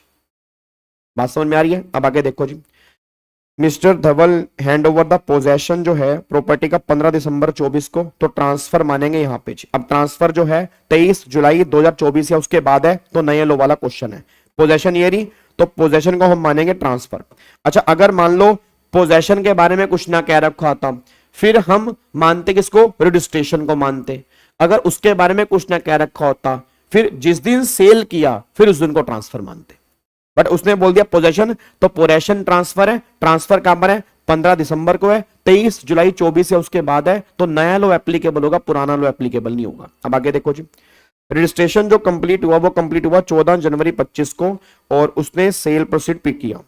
अब वो कह रहा है value determine by stamp duty value 16 अगस्त 24 को 90 लाख रुपए की है, और 14 जनवरी 25 को 91,50,000 रुपए की है। मेरा पूरी क्लास से क्वेश्चन है। एग्रीमेंट के दिन की स्टैंप ड्यूटी वैल्यू 90 लाख रुपए की है, और रजिस्ट्रेशन के दिन की स्टैंप ड्यूटी वैल्यू 91,50,000 रुपए की है। तो मेरा पूरी क्लास से क्वेश्चन, हम बेस कौन सी लेंगे? एग्रीमेंट के दिन की स्टैंप ड्यूटी वैल्यू लेंगे। अच्छा, अगर एग्रीमेंट के दिन की स्टैंप ड्यूटी वैल्यू लेंगे तो सारे बच्चे मुझे आंसर देना, क्या ये stamp duty value sale price के 110% से ज्यादा है या नहीं है? बस देखो, सारे बच्चे ये बोल दो, क्या stamp duty value sale price के 110% से ज्यादा है या नहीं है? अगर मैं 80 लाख रुपए का 110% निकालूंगा तो 88 लाख बनेगा। एसडीवी कितनी है? 90 लाख है, तो 110 से ज्यादा है, तो सेल प्राइस मेरा बनेगा 90 लाख। सेल प्राइस मेरा कितना बनेगा? 90 लाख। अच्छा, कॉस्ट कितनी बनेगी? कॉस्ट बताओ, कॉस्ट कितनी बनेगी जी? उसने यहां पे परचेस कितने की थी? उसने प्रॉपर्टी जो एक्वायर की थी 141 को 20 लाख की एक्वायर की थी। अब उसने 20 लाख की एक्वायर की थी। अब सारे बच्चे फटाफट से उसको इंडेक्स करो। शाबाश शाबाश शाबाश शाबाश शाबाश शाबाश मेरे बच्चों, ना ना ना ना ना, इंडेक्स करो फटाफट से। ना ना ना, कर दो कर दो कर दो, कोई दिक्कत वाली बात नहीं है। करेंगे नहीं करेंगे, भूल के मत कर देना, भूल के भी इंडेक्सेशन मत कर देना। नए लो वाला क्वेश्चन है, ट्रांसफर 23 जुलाई 24 के बाद है, तो यहां पे सीधा 20 लाख माइनस करूंगा मैं, और 70 लाख रुपए मेरा कैपिटल गेन टैक्स आ गया। 70 लाख रुपए मेरा कैपिटल गेन टैक्स निकल के आ गया। अच्छा, फिर उसने क्या बोला जी? उसने बोला after recovering the sale proceed from Dhawal he purchase another residential house property in Kanpur 15 lakh rupees during अप्रैल 2025। अब मेरा पूरी क्लास का क्वेश्चन है, घर बेच के वो घर ले रहा है। हेलो चिंटू, ओए भिंडी, हेलो शिमला मिर्च, इधर घर बेच के वो घर ले रहा है, तो सेक्शन 54 के एग्जाम्पशन, और 2 साल के अंदर अंदर घर ले रहा है, और वो रिटर्न फाइल करने की ड्यू डेट से पहले ही घर ले चुका है, तो भाई साहब 15 लाख रुपए सेक्शन 54 में एग्जाम्प्ट है, तो 55 लाख रुपए के आपके कैपिटल गेन जो है वो टैक्सेबल है। बस ये बता दो जी, क्या बात मेरी समझ में आ रही है? अब उसने मुझसे टैक्स पूछा है या कैपिटल गेन पूछे हैं, तो बाबूजी धीरे चलना। उसने मुझसे क्या पूछा है? उसने कैपिटल गेन की इनकम पूछी है, उसने मुझसे टैक्स नहीं पूछा जी। अब बताओ, 5 नंबर मेरे पक्के हो गए, क्या जाता है जी? बताओ, 5 नंबर मेरे पक्के हो गए, बताओ क्या जाता है यार? अब अगर ये 5 नंबर का तुम्हारे एग्जाम में क्वेश्चन बन जाए, कोई मुश्किल क्वेश्चन है? आप खुद सोचो, जो बच्चे प्रैक्टिस नहीं कर रहे इस टाइम, जिनको लग रहा है कि हम बहुत 30 मार्क खाना है, हम सारा कुछ खुद ही कर सकते हैं, तो आपको नहीं लग रहा कि अगर ये सेम क्वेश्चन बन गया तो मैं क्वेश्चन करने में आसानी हो जाएगी? अभी तुम्हें नहीं पता लग रही ना इस क्वेश्चन प्रैक्टिस सेशन, अभी तुम्हें वर्थ पता नहीं लग रही, क्योंकि फ्री में है। अगर प्रैक्टिस सेशन पेड कर दूंगा ना, तुम्हें 2 मिनट के अंदर वर्थ समझ में आ जाएगी इसकी वर्थ कितनी है। बट मैं कहता हूं, चलो, हमारे पेरेंट्स बड़ी उम्मीद करके बैठे हैं कि हमारा बच्चा हमारे नाम रोशन कर दे, बस आप उनके चेहरे पे खुशी लेके आ जाओ, यही बहुत बड़ी बात है जी। कोई दिक्कत तो नहीं है? अच्छा, आप सुनो ध्यान से, अब सुनो ध्यान से। अब इसको थोड़ा सा मुश्किल बनाते हैं, इसको थोड़ा सा मुश्किल बनाते हैं। अगर मैं तुमसे इसमें टैक्स निकालना बोलूं जी, मैं दोबारा बोल रहा हूं, अगर मैं इसमें टैक्स निकालना बोलूं तो बताओ टैक्स कैसे निकालोगे? अब अगर मैं बोलूंगा ना 112 का टैक्स निकाल दो, तो पता क्या करोगे? अब जो ये तुम्हारा कैपिटल गेन बचा इसका 12.5%, भाई जो ये तुम्हारा कैपिटल गेन बचा इसका 12.5%, इसका 12.5%, और फिर कैपिटल गेन निकालोगे आफ्टर इंडेक्सेशन जो आएगा, आफ्टर इंडेक्सेशन जो आएगा उसका 20%। और तुम इंडेक्सेशन कैसे करोगे? तो भाई तुम्हारा 20 लाख रुपए है, तो 20 लाख डिवाइड बाय 100 मल्टीप्लाई 363, तो 72,60,000 रुपए का तुम्हारा आई को है। 90 लाख रुपए का तुम्हारा सेल प्राइस है, तो 17 लाख 40,000 रुपए की तुम्हारा कैपिटल गेन बचा इंडेक्सेशन के बाद। अब ये तुम्हारा इंडेक्सेशन के बाद आ रहा है, इसके तुम लगा दोगे 20%, तो इसका 20% हो गया, इसका 12.5% हो गया। तो जहां पर भी तुम्हारा लेस निकल के आएगा तुम एक बार निकाल के देख लेना, जो कम वाला होगा वो पे कर देना जी।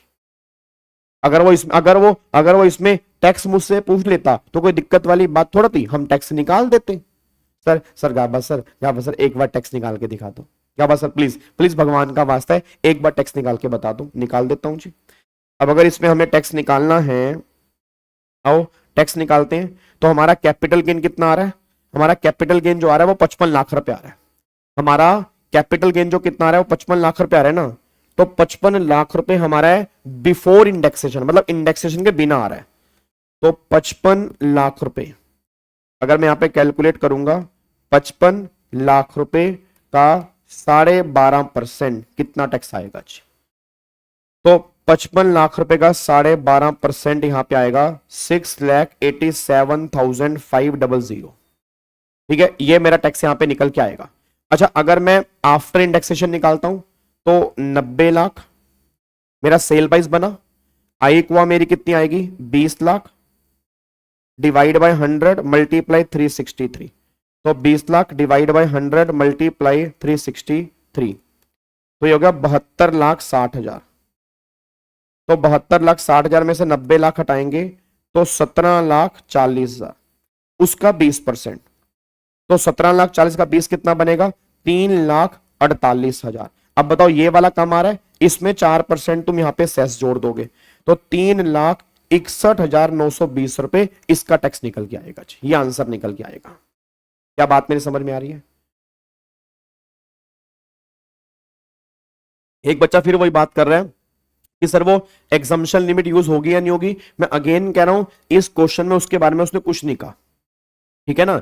मतलब हमें वो एज्यूम करना पड़ेगा कि डिफॉल्ट स्कीम है या नॉर्मल स्कीम है, उसकी एज कितनी है। अगर तुम एज्यूम करके यूज करके आ रहे हो तो मुझे कोई दिक्कत नहीं है, बट अगर वो क्वेश्चन में दे रहा है तो फिर हम अकॉर्डिंगली यूज करेंगे जी।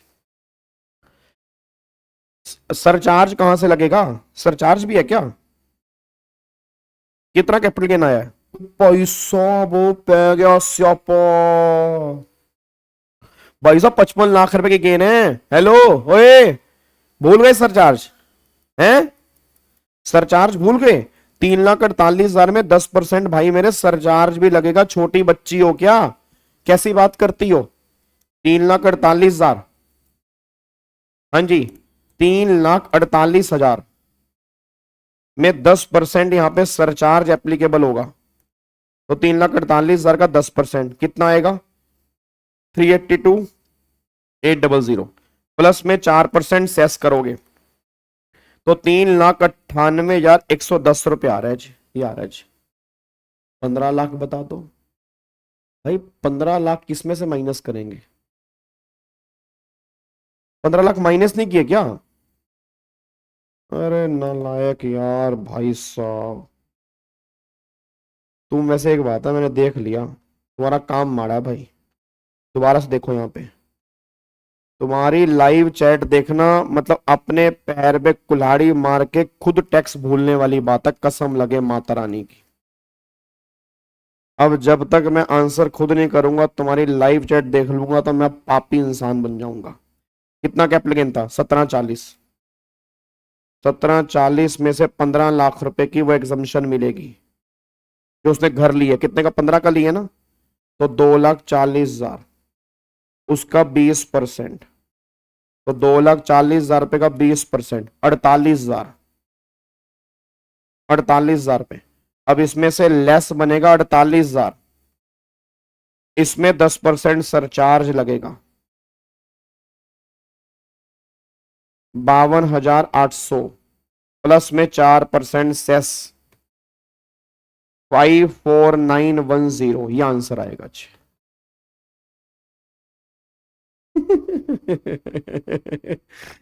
डन, 54910 ये आंसर आएगा जी। लोग कर दे इसको। संगत का असर है, सोसाइटी बहुत मैटर करती है भाई। सोसाइटी बहुत मैटर करती है, जैसी संगत वैसी रंगत। डन। लॉक करें नहीं तो 54910 टैक्स निकल के आएगा जी। चलो जी, done done done done done, हाँ ओके, बहुत बढ़िया जी, बहुत बढ़िया। चलो अब एक बार फटाफट से आ जाओ, अब अगले क्वेश्चन के ऊपर आओ जी।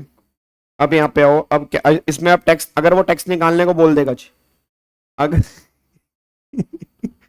बस अगर आप भुलक्कड़ हो बेटे, मेरा दिमाग तो सही काम करता है, जब तुम्हारे को देखता हूं ना ऐसा वो लगता है कि भाई साहब बस खत्म।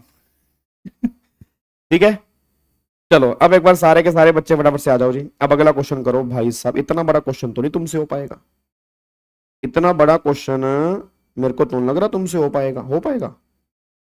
चलो देखते हैं, आ जाओ एक बार क्वेश्चन पढ़ते हैं। ये तो लंबा चौड़ा क्वेश्चन है भाई, ये तो बहुत बड़ा क्वेश्चन है, तो क्या आप ये कर पाओगे बच्चा? अगर अब हमें कॉन्फिडेंस आ रहा है, जब आपका एक क्वेश्चन इधर हो गया ना, तो अब हमें लग रहा है कि हम सही कर रहे हैं।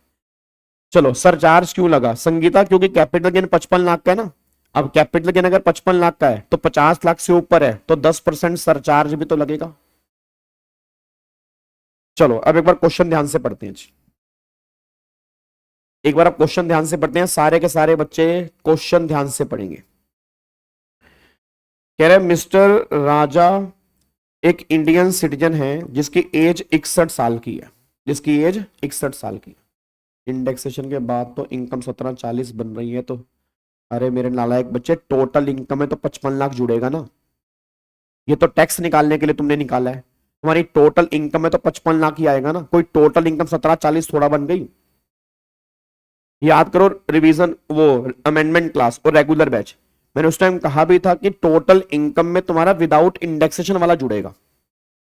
तो टोटल इनकम है 55 लाख जुड़े, वो 50 लाख से ऊपर है, इसलिए 10% सरचार्ज आया जी। ठीक है, चलो अब एक बार यहां पे ध्यान दो। Mister Raja an Indian citizen A 61 year has set up his business in Canada, okay, and is residing in Canada since 2009। वो 2009 से वो कनाडा में रह रहे हैं, 2009 से वो कनाडा में रह रहे हैं। He own a house property in Canada, half of which is used by him for his residence and half is given on rent converted into INR 12 lakh रुपए। मतलब हाफ में वो खुद रह रहा है और हाफ उसने वो रेंट पे दिए, उसका रेंट जो है वो 12 लाख रुपए पर एनम है। उसके बाद देखो, he purchase a flat in Delhi, उसने एक दिल्ली में फ्लैट परचेज किया इन 13 अक्टूबर 2019 को। He has taken a loan from Canara Bank of India, 34 lakh रुपए का लोन लिया for purchase of this flat. The interest on such loan for financial year 24-25 जो है वो 3,14,000 रुपए का and principal repayment was 80,000। तो 3,14,000 रुपए का इंटरेस्ट पे किया और 80,000 के प्रिंसिपल की रीपेमेंट की है। ठीक है, फिर mister Raja has given this flat on A monthly rent 32,500 since April 2024। उसने ये घर किराए पर दे दिया 32,500 और एनुअल प्रॉपर्टी टैक्स जो है दिल्ली के फ्लैट के 40,000 है। अब सोच के बताओ, दैट इज म्युनिसिपल टैक्स। और कौन पे कर रहा है? Which is paid by mister Raja, तो पेड बाय ओनर, तो हाउस प्रॉपर्टी की इनकम भी आएगी। Whenever he comes to India, जब वो इंडिया अपने पेरेंट्स से मिलने के लिए आता है तब वो म्युनिसिपल टैक्स पे कर देते हैं।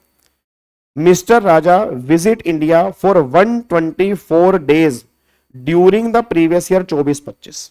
124 दिन के लिए वो इंडिया में आया प्रीवियस ईयर 24-25 में। ठीक है, before that he visit India in total for 366 days during the period 1 अप्रैल 2020 31 मार्च 24। मतलब पिछले 4 साल में 366 दिन वो इंडिया में रहा, पिछले 4 साल में 366 दिन वो इंडिया में रहा। अब वो कह रहे हैं he had a house in Ranchi which was sold in May 2021। उसके पास एक घर था रांची में, उसने मई 21 के अंदर बेचा था। In respect of this house he receive arrears of rent 2,96,000 इन फरवरी 2025। मतलब उसका रेंट रिकवर हुआ 2,96,000 का, उसको एरियर्स मिले हैं। ठीक है, फिर mister Raja sold 10,000 listed shares and 480 पर शेयर के हिसाब से बेचे हैं एंड इंडियन कंपनी 15 सितंबर 24 को, विच ही एक्वायर 5 अप्रैल 17। उसने बेचे कब है? 15 सितंबर 24।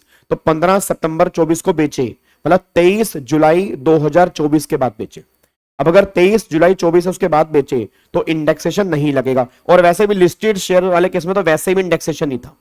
अगर मैं बात करूंगा लिस्टेड शेयर वाले केस में तो वैसे भी इंडेक्सेशन नहीं था। उसके बाद 100 रुपए पर शेयर एसटीडी दोनों टाइम पर पे किया, और उसने 31 जनवरी 18 को आपको एफएमई दे रखी है। अब एफएमई कौन सी लेंगे? हायर वाली लेंगे। एफएमई कौन सी लेंगे? हायर वाली लेंगे। हायर वाली कौन सी है? 300 रुपए की हायर वाली है। अब एक बार चेक करते हैं उसने हमसे मांगा क्या क्या। पहला वो कह रहा है उसने डिफॉल्ट स्कीम ली है। लो जी, काम खत्म हो गया, उसने बता दिया उसने डिफॉल्ट स्कीम ली है। तो अगर डिफॉल्ट स्कीम ली, उसने पहला क्या मांगा है? कह रहा आप ना इसका रेजिडेंशियल स्टेटस निकाल दो, क्या आएगा। सबसे पहले उसने बोला रेजिडेंशियल स्टेटस निकाल दो, क्या आएगा। ठीक है, निकाल देंगे। फिर वो कह रहा है what would be the amount of income taxable under the income from house property. फिर वो कह रहा है हाउस प्रॉपर्टी की इनकम निकाल दो, क्या आएगी। ठीक है, निकाल देंगे। फिर वो कह रहा है कैपिटल गेन निकाल दो, तुम्हारा कैपिटल गेन कितना आएगा। उसने 3 क्वेश्चन पूछे हैं। उसने 3 क्वेश्चन पूछे हैं। तो पहले मेरे को सारे के सारे बच्चे बताओ, ये रेजिडेंशियल स्टेटस बताओ, उसका रेजिडेंशियल स्टेटस कितना आएगा। सारे बच्चे फटाफट से बोल दो रेजिडेंशियल स्टेटस कितना आएगा। आर एन ओवर क्यों आर एन ओवर बनेगा, रीजन बताओ। रीजन आर एन ओवर क्यों बनेगा, रीजन बताओ।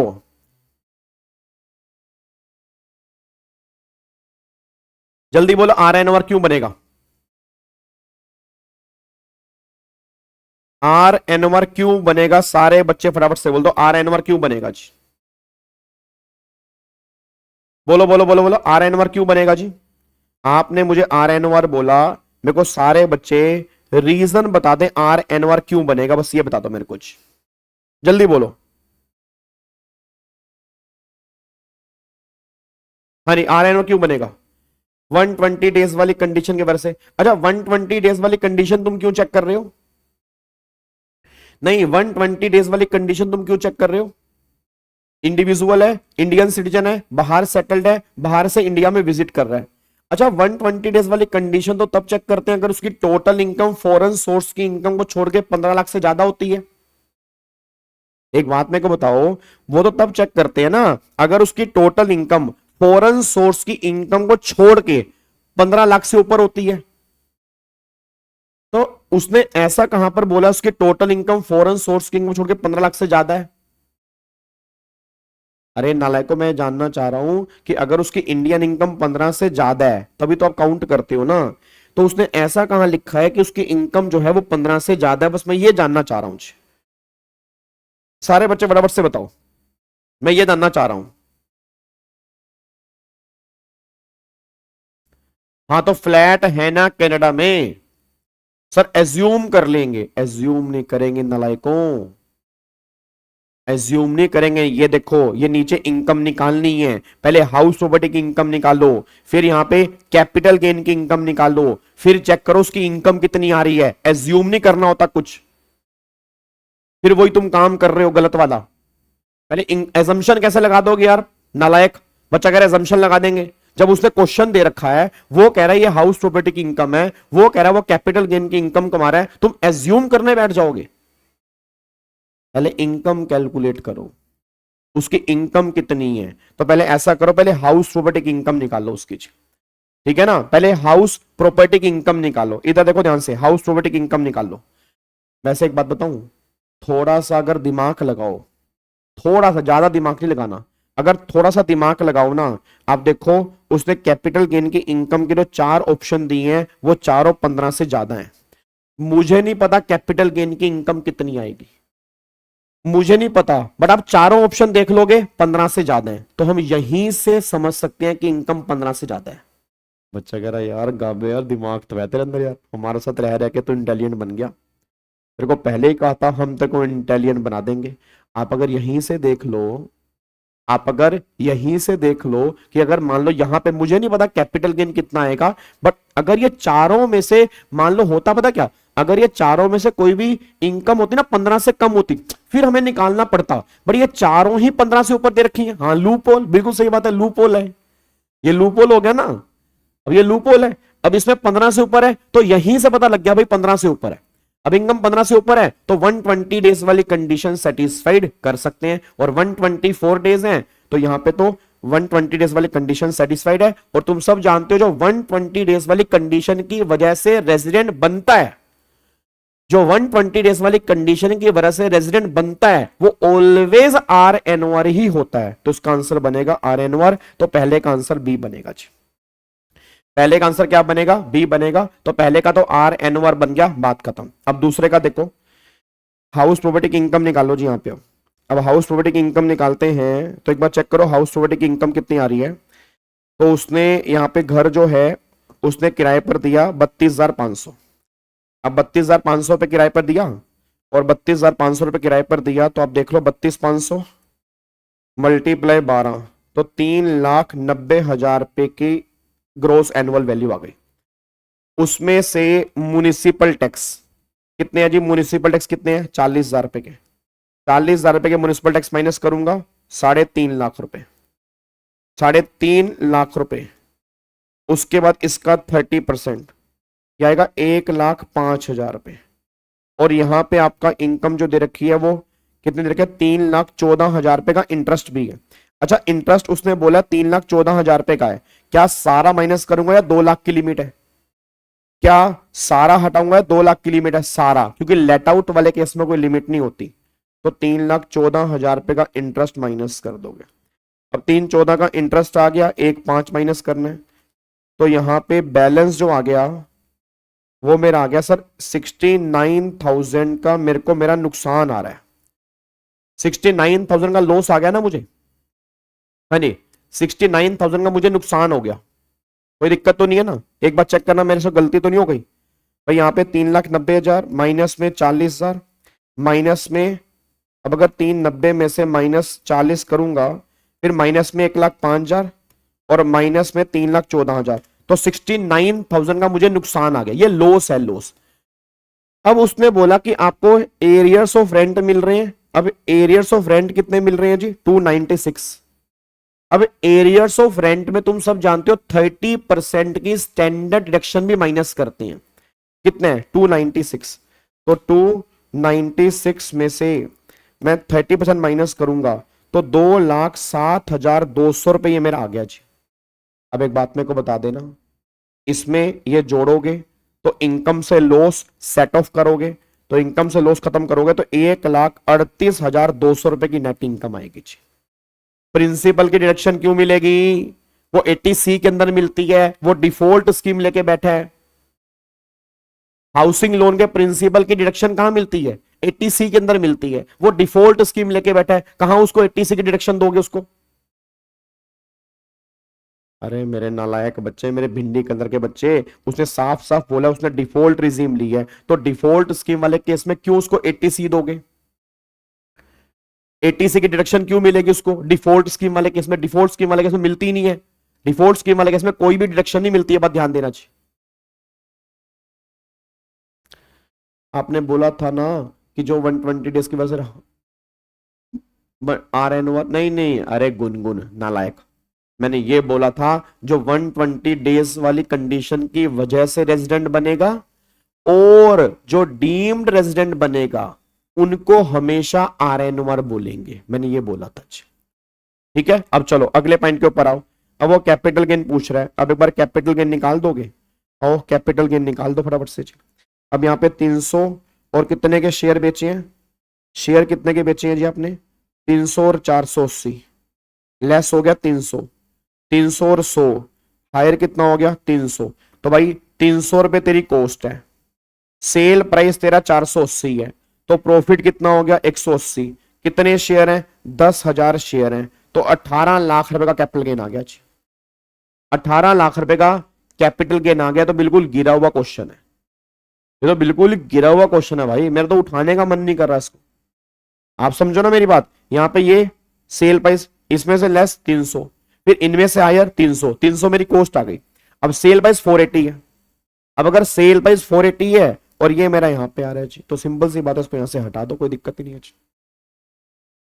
सर कनाडा वाला रेंट क्यों नहीं आया? वो इसलिए नहीं आया क्योंकि वो आरएनओआर है, आरओआर के हाथ में आता, वो आरएनओआर के हाथ में बाहर वाली इनकम तब आती है अगर उसका कंट्रोल इंडिया से हो।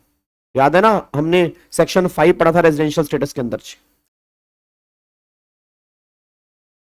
ठीक है जी, चलो इसको लॉक करो जी, इसको लॉक करो। अब ये हमारा क्वेश्चन हो गया। अब आएगा खतरनाक क्वेश्चन, ये नहीं हो पाएगा तुमसे भाई, सॉरी यार, I am sorry, I am sorry, ये नहीं हो पाएगा आपसे। आप फिर भी एक बार करके देख लो, मतलब ट्राई करके देख लो, तो आप देख लो एक बार। भाई साहब अभिषेक कह रहा है 1.25 की डिडक्शन। मेरा बच्चा इधर आ, मेरे बाबू इधर आ जा, मेरा बाबू आ जा, आ जा मेरा बच्चा।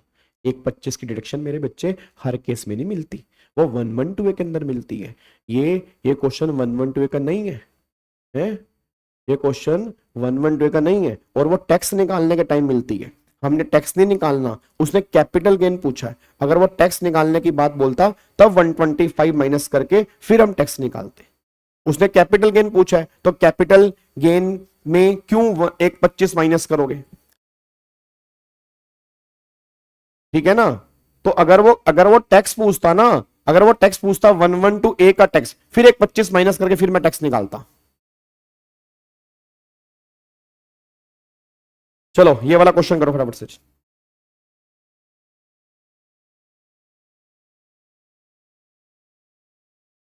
जल्दी करो फटाफट से,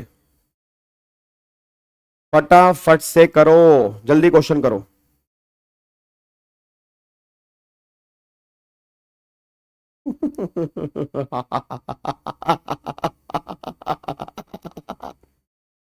जल्दी करो फटाफट से यार, स्क्रीन फुल कर दूं? ओके, ये लो, लेट्स प्ले विथ क्वेश्चन। नहीं आदित्य, रफ में, रफ में, रफ में, रफ में।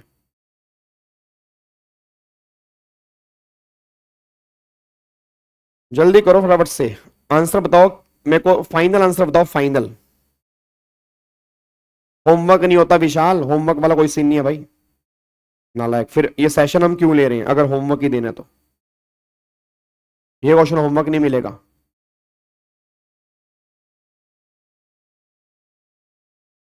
बच्चा कह रहा होमवर्क दे दो, नालायक। तुम तो चाहते हो होमवर्क दे दो।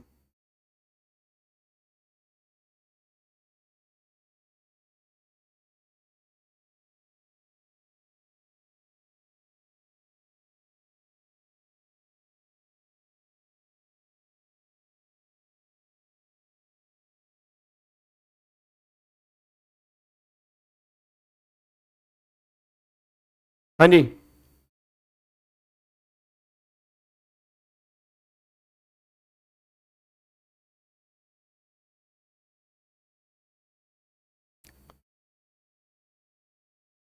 थोड़ा जूम करके देखने की कोशिश करो।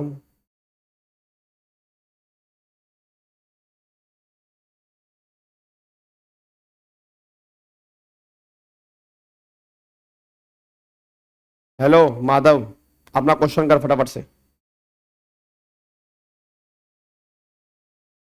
जियो, आपको क्या नीड है स्किन केयर की? मैं बताता हूँ। स्किन केयर की बेटे तेरे को नीड है, क्योंकि तेरी डीपी ब्लैक है, उस पे लगा फिल्टर 4-5। नालायक, नाम माधव है, बातें कंस वाली कर रहा है। हाँ जी, फटाफट से बताओ जी।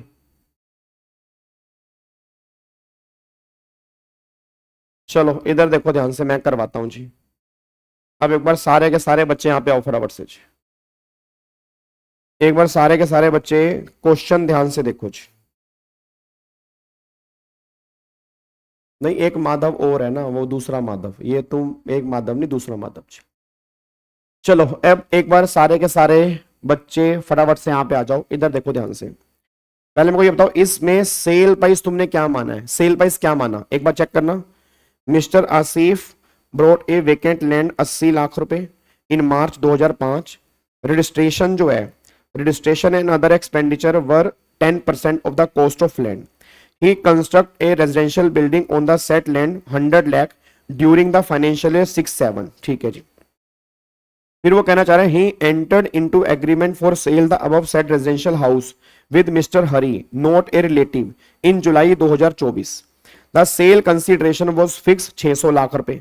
On the date of agreement mister Asif receive 20 lakh advance in cash. अब एक बात, तो अगर कैश में एडवांस है हेलो भाई साहब, अगर कैश में एडवांस है तो फिर रजिस्ट्रेशन के दिन की स्टैंप ड्यूटी वैल्यू मेरे काम की बनेगी, ये मेरे काम की नहीं है।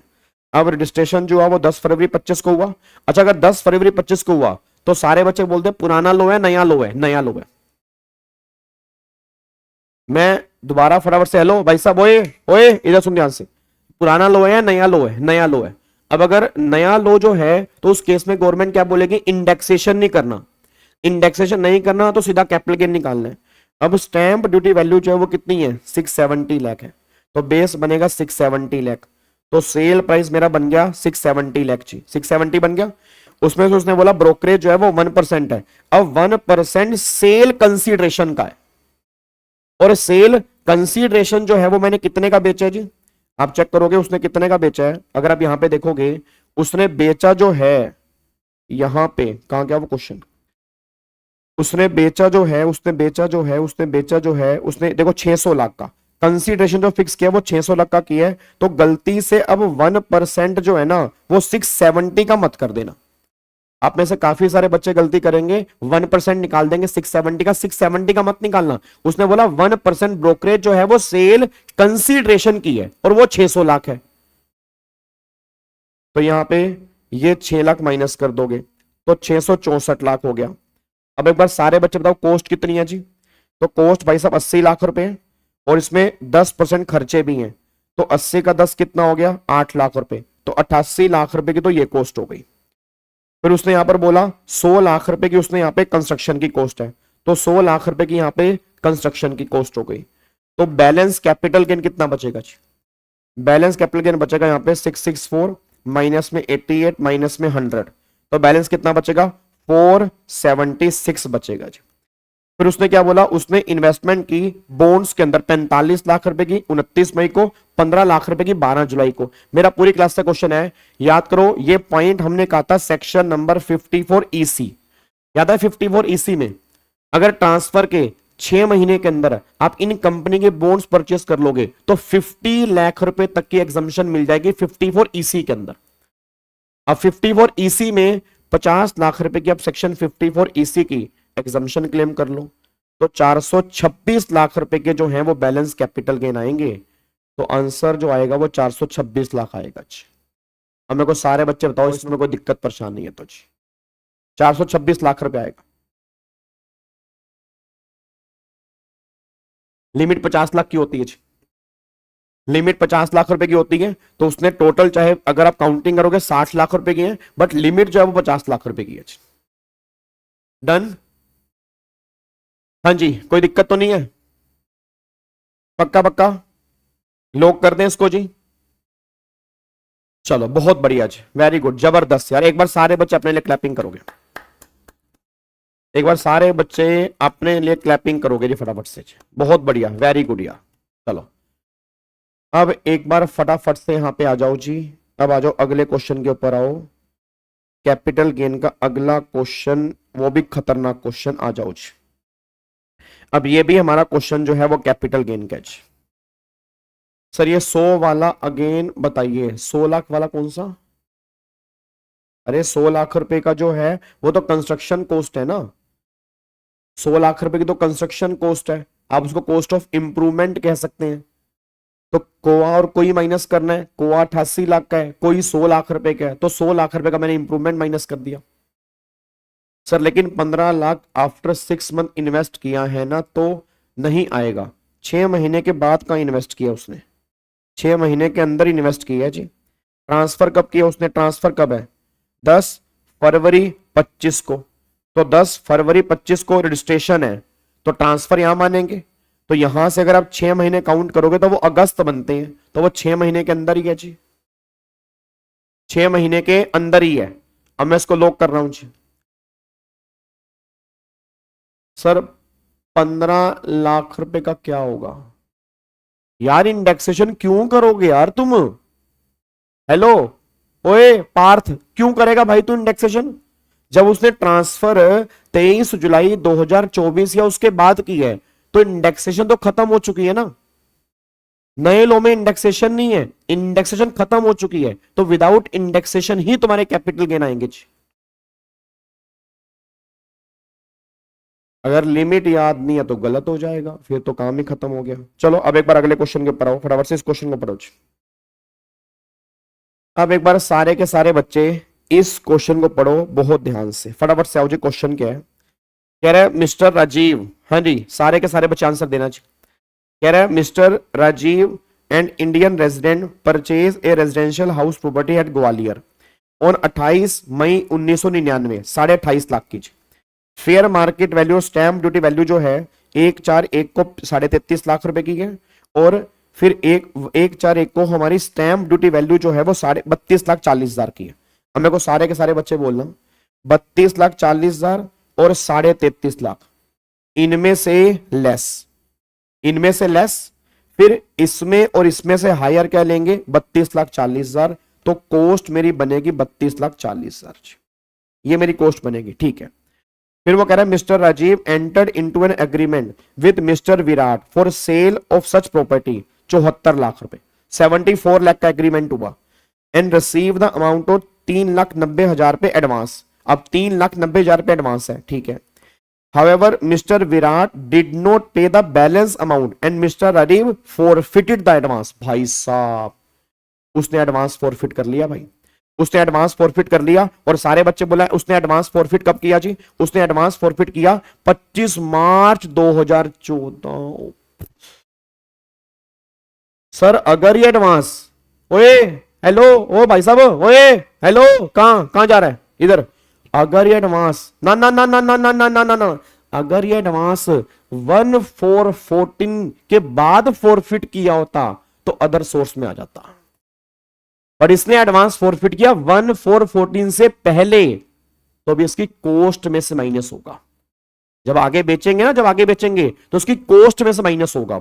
अब आगे देखो, फिर 15 अप्रैल 24 को राजीव ने सेल कर दी हाउस प्रॉपर्टी सूरज को, कितने की? 2,10,00,000 की, और उस दिन स्टैंप ड्यूटी वैल्यू थी 2,33,00,000 रुपए।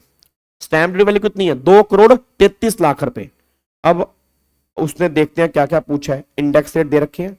तो सबसे पहला उसने बोला है, कह रहा आई कुआ बता दो, इसकी तुम आई कुआ कितनी लोगे at Gwalior for computation of capital gain. तुम आई कुआ निकाल कर बताओ आई कुआ कितनी आएगी। आओ जी आई कुआ निकालते हैं, सारे बच्चे बताओ कॉस्ट कितनी है? 32,40,000। तो 32,40,000 में से जो एडवांस मनी फॉरफिट की 2,90,000 पे वो माइनस कर दो जी, तो वो माइनस कर दिया। तो 290 माइनस करेंगे तो 32,40,000 माइनस में 2,90,000, 29,50,000, 29,50,000, ठीक है। डिवाइड बाय 100 और मल्टीप्लाई, ट्रांसफर कब मेरी? 15 अप्रैल 24, तो 363, तो डिवाइड बाय 100 मल्टीप्लाई 363। तो आप अगर एक बार यहां पे चेक करेंगे तो कितना आएगा जी? 32,40,000 माइनस में 2,90,000 डिवाइड बाय 100 मल्टीप्लाई 363, ठीक है जी। कितना? ओ तेरी का 390 हटाने हैं, सॉरी सॉरी सॉरी सॉरी, माफी चाहता हूं आपसे, माफी चाहता हूं आपसे, 390 हटाने हैं। तो 32,40,000 माइनस में 3,90,000, ये तो आ रहा है 28,50,000। 28,50,000 डिवाइड बाय 100 मल्टीप्लाई 363, तो आएगा 1,03,45,500। मिल गया, ओ मिल गया, आंसर मिल गया, ओए बल्ले बल्ले, आंसर मिल गया, मिल गया मिल गया मिल गया, आंसर मिल गया जी। तो ये आंसर आ गया, ऑप्शन नंबर बी आ गया जी, ऑप्शन नंबर बी आ गया, बी। 32,40,000 कैसे आया? ओए मेरे श्रुति बच्चे, 32,40,000 ऐसे आया। देखो 28.5 लाख का खरीदा है, 141 की FMB 33.5, 141 की SDV 32,40। तो कॉस्ट कैसे निकालते हैं बताओ? 141 की FMB और 141 की SDV, whichever is less, less कितना है? 32,40। फिर 32,40 और purchase price, whichever is higher, कितना हो गया? 32,40। तो 32,40 कॉस्ट आ गई। अब 32,40 में से 390 जो एडवांस है, अब उसने एडवांस फॉरफिट कर लिया, वो माइनस कर दी कॉस्ट में से। फिर एडवांस को माइनस करने के बाद जो बैलेंस कॉस्ट बची उसको मैंने इंडेक्स कर दिया, मेरी आई को आ गई। अच्छा आगे बताओ, वो कैपिटल गेन पूछ रहा है, कैपिटल गेन निकालना। सेल प्राइस बताओ, सेल प्राइस कितना बनेगा? 2,10,00,000 का 110 कितना बनता है? 2.10 का 110 बनता है 2.31। अब 2.31 तो मतलब ये एसडीवी इसके 110% से ज्यादा है। तो अगर ये एसडीवी इसके 110 से ज्यादा है तो बस 2 करोड़ 33 लाख में से तुम ये माइनस कर दो, तुमने अभी निकाला तो है 1 करोड़ 3 लाख 45,500। तो 2 करोड़ 33 लाख में से 103,455,000 तो ये बनेगा 1 करोड़ 29,54,500। तो अगर मैं चेक करूंगा तो 1 करोड़ कितना आएगा 29,54,500। तो दूसरे का आंसर बनेगा जी सी जी। दूसरे का आंसर कितना बनेगा? सी बनेगा जी। दूसरे का आंसर सी बनेगा। अब अगला उसने टीडीएस पूछा है 194 आईए में टीडीएस कितना करता है? 1%। सेल प्राइस और एसडीवी जो हायर हो उसका 1% टीडीएस करता है। अब एसडीवी कितनी है? 2 करोड़ 33 लाख, उसका 1% कितना हो गया? 2,33,000 रुपए का टीडीएस कटेगा। ये ऑप्शन नंबर ए है। तो जिन बच्चों का टीडीएस वाला चैप्टर नहीं हुआ उसको वो इग्नोर कर दें, उसको वो इग्नोर कर दें। अच्छा मुझे नहीं पता मेरे सामने कितने बच्चे इंटेलिजेंट बैठे हैं। अगर एक सिंगल बच्चा भी इंटेलिजेंट बैठा हो ना, वो एक बात समझ गया होगा कैपिटल गेन के ऑलमोस्ट सारे क्वेश्चन आप ध्यान से देखो 50C के इर्द गिर्द घूम रहे हैं। और आपको मैंने पॉइंट क्लास के अंदर भी कहा था, ये स्टैंप ड्यूटी वैल्यू वाला पॉइंट जो है ना, एसडीवी वाला सेक्शन, ये बहुत इंपॉर्टेंट सेक्शन है। बात समझ रहे हो मैं कहना क्या चाह रहा हूं? आप देख लो हर क्वेश्चन जो है वो 50C से कनेक्टेड है। या तो उसने एडवांस मनी दे रखी है या एसडीवी दे रखी है, 2 दिन की एसडीवी दे रखी है, फिर वो सेल प्राइस दे रहा है, फिर वो कॉस्ट निकाल रहा है, और मैं तुम्हें लिख के देने को तैयार हूं। इस बार तुम पेपर में देख लेना 50C में से क्वेश्चन कंफर्म बनेगा और ओल्ड और नए लो दोनों का बनेगा। और तुम मेरी बात को याद करोगे, यह सेशन तुम्हारे लिए बहुत इंपॉर्टेंट होने वाला है, बस ये पर ध्यान दो। क्या बात मेरी समझ में आ रही है? पक्का पक्का? सर इंडेक्सेशन क्यों करा मेरे बच्चे? इंडेक्सेशन इसलिए करा ना क्योंकि ट्रांसफर कहां पे है? ट्रांसफर 15 अप्रैल 25 को है। तो ट्रांसफर 15 अप्रैल 25 को है, 23 जुलाई 24 से पहले है। अब 23 जुलाई 24 से पहले है तो हमें इंडेक्सेशन करना पड़ेगा। अगर ये ट्रांसफर 23 जुलाई 24 या उसके बाद होता तो फिर मैं विदाउट इंडेक्सेशन निकाल देता जी। और अगर एडवांस मनी फॉरफिट 2014 के बाद होती फिर अदर सोर्स में जाती, फिर तो अदर सोर्स में जाती जी। फिर एडवांस मनी जो फिर वो अदर सोर्स के अंदर जाती, फिर एडवांस मनी यहां पे नहीं आती। बात समझ में आ रही है मेरी जी? एक बार और समझा दो। आओ जी एक बार और समझ लो। सेल प्राइस 2 करोड़ 33 लाख बनेगा, ये बात तो क्लियर है। क्यों बनेगा? क्योंकि सेल प्राइस ये वाला मतलब ये स्टैंप ड्यूटी वैल्यू ये सेल प्राइस के 110% से ज्यादा है। अगर तुम इसका 110 निकालोगे 2 करोड़ 31 लाख बन रहा है, ये 2 करोड़ 33 लाख है, तो 110 से ज्यादा है तो सेल प्राइस ये बनेगा। कोस्ट बनेगी 3240। अब 3240 कोस्ट बनेगी। जो एडवांस मनी फॉरफिट की है वो 1414 से पहले की है। याद करो सेक्शन 51 एडवांस मनी फॉरफिटेड वाला। अगर एडवांस मनी फॉरफिटेड 1414 से पहले होती है तो उसको कोस्ट में से रिड्यूस करते हैं। अब कोस्ट में से कम करोगे 3,90,000 पे, तो 390 कम करोगे तो बैलेंस तुम्हारी ये कोस्ट आएगी 28.5। इसको तुम इंडेक्सेशन कर दोगे, डिवाइड बाय 100 मल्टीप्लाई 363, ये तुम्हारी आई को वहां निकल के आ गई। अब सेल प्राइस में से आई को माइनस करोगे, कैपिटल गेन तुम्हारा निकल के आ गया। ठीक है चलो अब अगले फाइन फटाफट से आओ, बस अब क्वेश्चन खत्म होने वाले हैं।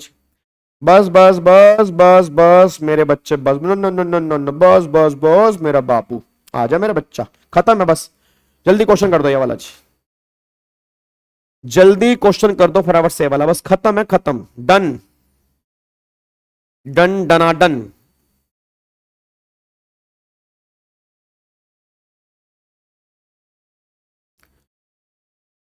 ओ हो अरुण अरुण अरुण अरुण आता हुआ, अरुण आ गया भाई।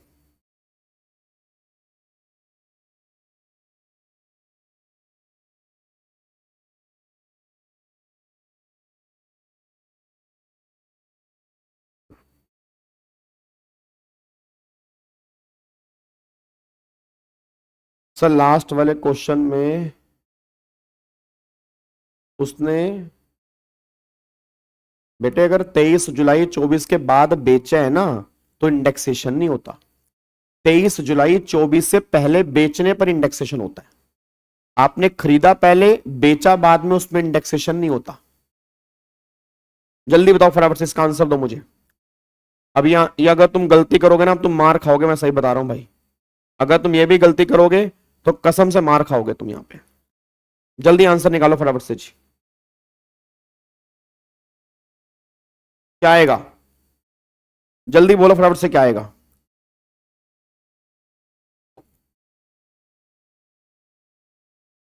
जल्दी बोल दो फटाफट से क्या आएगा जी।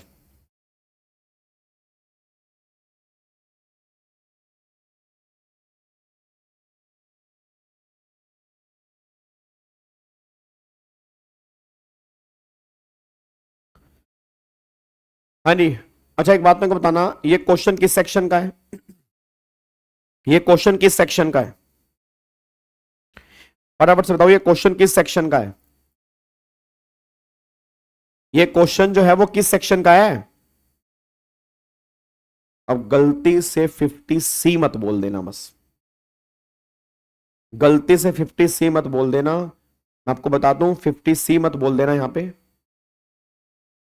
याद करो 45 का नहीं है रीमा, नालायक। 45 किसका है? जॉइंट डेवलपमेंट एग्रीमेंट का है। ये क्वेश्चन है सेक्शन 43CA का। ये क्वेश्चन पीजीबीपी का है। ये क्वेश्चन कैपिटल गेन का नहीं है, ये क्वेश्चन पीजीबीपी का है। याद है आपको, हमने एक पीजीपी के अंदर मैंने कहा था सेक्शन 43C ये है, सेम 50C की तरह है। सेम 50C की तरह अगर आपको याद आ रहा हो, यहां पे चेक करो ना, वो बिल्डर है, उसके हाथ में ये स्टॉकिंग ट्रेड है। अब अगर उसके हाथ में ये स्टॉकिंग ट्रेड है तो उसके हाथ में 43CA लगेगा, और 43CA पीजीपी के अंदर आता है सेम 50C की तरह। मैं दोबारा बोलूंगा, है सेम 50C की तरह, बट जहां तुम कैपिटल गेन की बात करोगे यहां पीजीपी की बात आएगी। अब प्रॉब्लम पता क्या? अब अगर तुम, अब देखो कितनी सिंपल सी गलती हो सकती है। तुम भाई साहब पेपर में बिल्कुल सही करके आ रहे हो, बट वहां तुम कैपिटल गेन लिख के आ रहे हो, वहां तुम 50C की रेफरेंस दे के आ रहे हो, 50C को अंडरलाइन भी करके आ रहे हो, तुम खतरनाक वाला काम करके आ रहे हो। ऐसा करके आ रहे हो ना कि वहां पे तुमने अंडरलाइन भी किया, ये भी किया, वो भी किया, और पता लगा वो सारा काम ही गलत हो गया। हमने क्वेश्चन ध्यान से ही नहीं पढ़ा, वो बिल्डर है, और बिल्डर वाले केस में 43CA एप्लीकेबल होता है, 50C एप्लीकेबल नहीं होता जी। अब यहां पे एक बात चेक कर लो जी। तो transfer 4 floor in tower a new project 1,50,00,000, 25 lakh उसने कैश लिया। स्टैंप ड्यूटी वैल्यू जो है सच फ्लोर के 1,70,00,000 है, और सेल डीड जो है एग्जीक्यूट एंड रजिस्टर्ड हुई 15 जून 24 को ही फॉर द एग्रीड कंसिडरेशन, ठीक है। और however stamp duty value on the date was 1,75,00,000। तो भैया कैश दी है तो 1,75,00,000 जो है वो सेल प्राइस बनेगा। अब अगर 1,75,00,000 जो है वो सेल प्राइस बनेगा तो बस हमें सेल प्राइस बताना है। अब यहाँ पे उसने कॉस्ट तो हमें पता नहीं है, तो बिजनेस की इनकम निकल कर आएगी, पर जब बिजनेस की इनकम निकल के आएगी तो उसके लिए हम सेल प्राइस जो बनाएंगे वो 1,75,00,000 बनाएंगे। सर ये कैसे पता लगा मेरे बच्चे? ऐसे पता लगा ना, बिल्डर, तो बिल्डर के हाथ में प्रॉपर्टी स्टॉकिंग ट्रेड होती है। यहां पे कुछ नहीं निकालना, सिर्फ सेल प्राइस बताना है। सिर्फ क्या बताना है? सेल प्राइस बताना है। तो सेल प्राइस जो है वो 1,75,00,000 है। अब एक बात मेरे को बताओ, ये तो मेरे हाथ में है, अब तुमने जो प्रॉपर्टी ली वो इन एडिक्वेट कंसीडरेशन में ली। अब अगर इन एडिक्वेट कंसीडरेशन में ली तो सारे बच्चे बोल देना क्या डिफरेंस 50,000 से ऊपर है? यस। क्या एसडीवी 110% से ज्यादा है? यस। तो 25 लाख रुपए की तुम सब जानते हो अदर सोर्स की इनकम आएगी। यहां पे 25 लाख रुपए की जो है वो अदर सोर्स की इनकम आएगी। तो कैपिटल गेन में सेल, सॉरी, पीजीपी के अंदर सेल प्राइस बनेगा 1,75,00,000, और अदर सोर्स की इनकम क्या आएगी जी? अदर सोर्स की इनकम क्या आएगी? डिफरेंस 50,000 से ऊपर है और एसडीवी 110 से ज्यादा है, तो पूरे के पूरे 25 लाख रुपए की आप अगर चेक करेंगे अदर सोर्स की इनकम निकल कर आएगी मिस्टर अमन के हाथ में। तो अमन के हाथ में अदर सोर्स आएगा और सोहन के हाथ में पीजीपी आएगा जी। निशिका कह रही है 5 नंबर के लिए, ये 5 के लिए है, और तुम्हें इसमें 0 मिलते हैं, तुम्हें इसमें 0 मिलते, 0। अभी तुम्हें लग रहा है ना क्या है 5 नंबर में, तुम इसमें 0 नंबर लेके आते, मैं गारंटी दे रहा हूं। तुम पता नहीं क्या कलाकारी करके आते इसके अंदर, तुम्हें पल्ले ही नहीं पड़ता। अब तुम्हें समझ में आ रहा है ना यही क्वेश्चन गारंटी दे रहा हूं पेपर के अंदर बन जाए तुम्हारे 0 आते, और फिर बाहर आके क्वेश्चन करते, या तुम्हें कोई टीचर कराता, तुम कहते भाई साहब ये क्वेश्चन था 5 नंबर में, बच्चों वाला क्वेश्चन, नालायक कहेंगे। अगर अकाउंट पे चेक में होता तो 1,70,00,000 रुपए की बन जाती, फिर जी फिर ये एग्रीमेंट के दिन वाली बन जाती जी। सर इसमें एक्सप्लेन कैसे करेंगे? सेक्शन 43 सीए पूरा एक्सप्लेन करेंगे इसके अंदर सेक्शन 43 सीए पूरा एक्सप्लेन करेंगे, पूरा एक्सप्लेन करेंगे। जैसे 50 सी है ना, सेम वही लिखना है, बस वो कैपिटल सेट है स्टॉक इन ट्रेड वाले केस में लिखना है।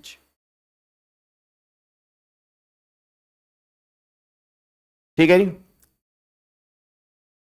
डन, लॉक कर दूं। एक बच्चा कह रहा है सर वो अदर सोर्स वाला दोबारा बता दो, मैं दोबारा बोल देता हूं अदर सोर्स कैसे आया। याद करो अदर सोर्स में इमूवेबल प्रॉपर्टी कैसा है। इमूवेबल प्रॉपर्टी वाले केस में क्या होता है, अगर आपने इनएडिक्वेट कंसीडरेशन के अंदर बेचा तो डिफरेंस 50,000 से ऊपर होना चाहिए और एसडीवी 110% से ज्यादा होनी चाहिए। अब यहाँ पे डिफरेंस 50,000 से ऊपर है और एसडीवी भी 110% से ज्यादा है, तो पूरा का पूरा 25 लाख रुपए जो है वो अदर सोर्स की इनकम बन जाएगा जी। ठीक है जी, अब सुनो ध्यान से। अब एक क्वेश्चन मैं तुम्हें होमवर्क दे रहा हूं विदाउट आंसर। एक तो एक क्वेश्चन की फोटो क्लिक कर लो जी, सारे बच्चे इस क्वेश्चन की फोटो क्लिक कर लो, ये आपका होमवर्क है जी। ये लो जी, ये आपका होमवर्क है।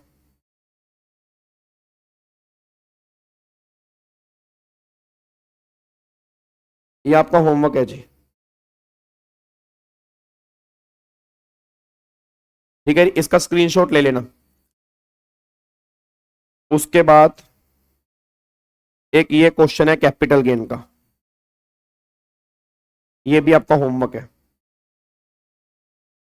इसके आंसर नहीं दिखा रहा मैं, इसके आंसर मैं तुम्हें कल बताऊंगा जी, इसके आंसर मैं तुम्हें कल बताऊंगा। ये आपका होमवर्क है,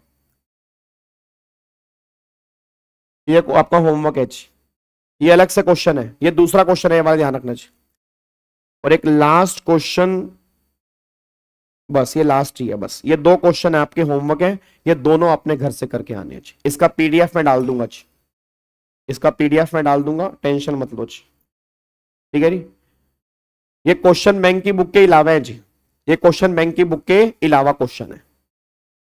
ठीक है जी, आईएमपीएस का मतलब ऑनलाइन पेमेंट, नालायक, आईएमपीएस का मतलब ऑनलाइन पेमेंट, तो आईएमपीएस, एनईएफटी, आरटीजीएस, इसका मतलब ऑनलाइन पेमेंट होती है। ठीक है, हाँ अब सुनो ध्यान से, अब कल क्या करना है। हेलो भाई साहब, ओए, हेलो भाई साहब, ओए ओए ओए ओए ओए ओए इधर। अब सुनो कल क्या करना है, कल हम करेंगे अदर सोर्स, कल हम करेंगे अदर सोर्स, और फाइनली कल हम कैपिटल गेन अदर सोर्स खत्म करेंगे, और फिर उससे अगली क्लास से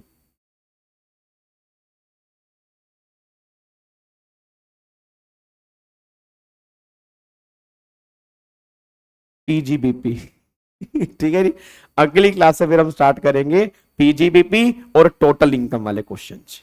ठीक है, उसके बाद हम स्टार्ट करेंगे पीजीपी और टोटल इनकम, क्योंकि जब पीजीपी और टोटल इनकम करेंगे तो ऑब्वियस बात है उसके अंदर जितने भी छोटे मोटे चैप्टर हैं वो अपने बीच में कवर होते रहेंगे। ठीक है, सैलरी हम करेंगे सैलरी की रिवीजन के बाद। ठीक है, चलो ओके जी, bye bye, tata, thank you so much, जय हिंद। और सारे के सारे बच्चे बिना कमेंट किए अगर कोई गया आप लगेगा उससे। ठीक है, सारे बच्चे कमेंट और लाइक करके जाएंगे। Thank you so much, God bless you, bye bye, जय हिंद once again, thank you so much. कल रिवीजन क्लास होगी नहीं? अच्छा, कल टीडीएस और टीसीएस की रिवीजन क्लास है, कल टीडीएस और टीसीएस की क्लास होगी 3:30 बजे, और कल 12:30 बजे जो है वो जीएसटी के सुदर्शन बैच की क्लास भी होगी। बट जीएसटी वाली क्लास तुरंत प्राइवेट हो जाएगी, और बाकी टीडीएस और टीसीएस वाली क्लास यूट्यूब पे रहेगी। ठीक है, bye bye, take care, thank you so much, bye bye, God bless you.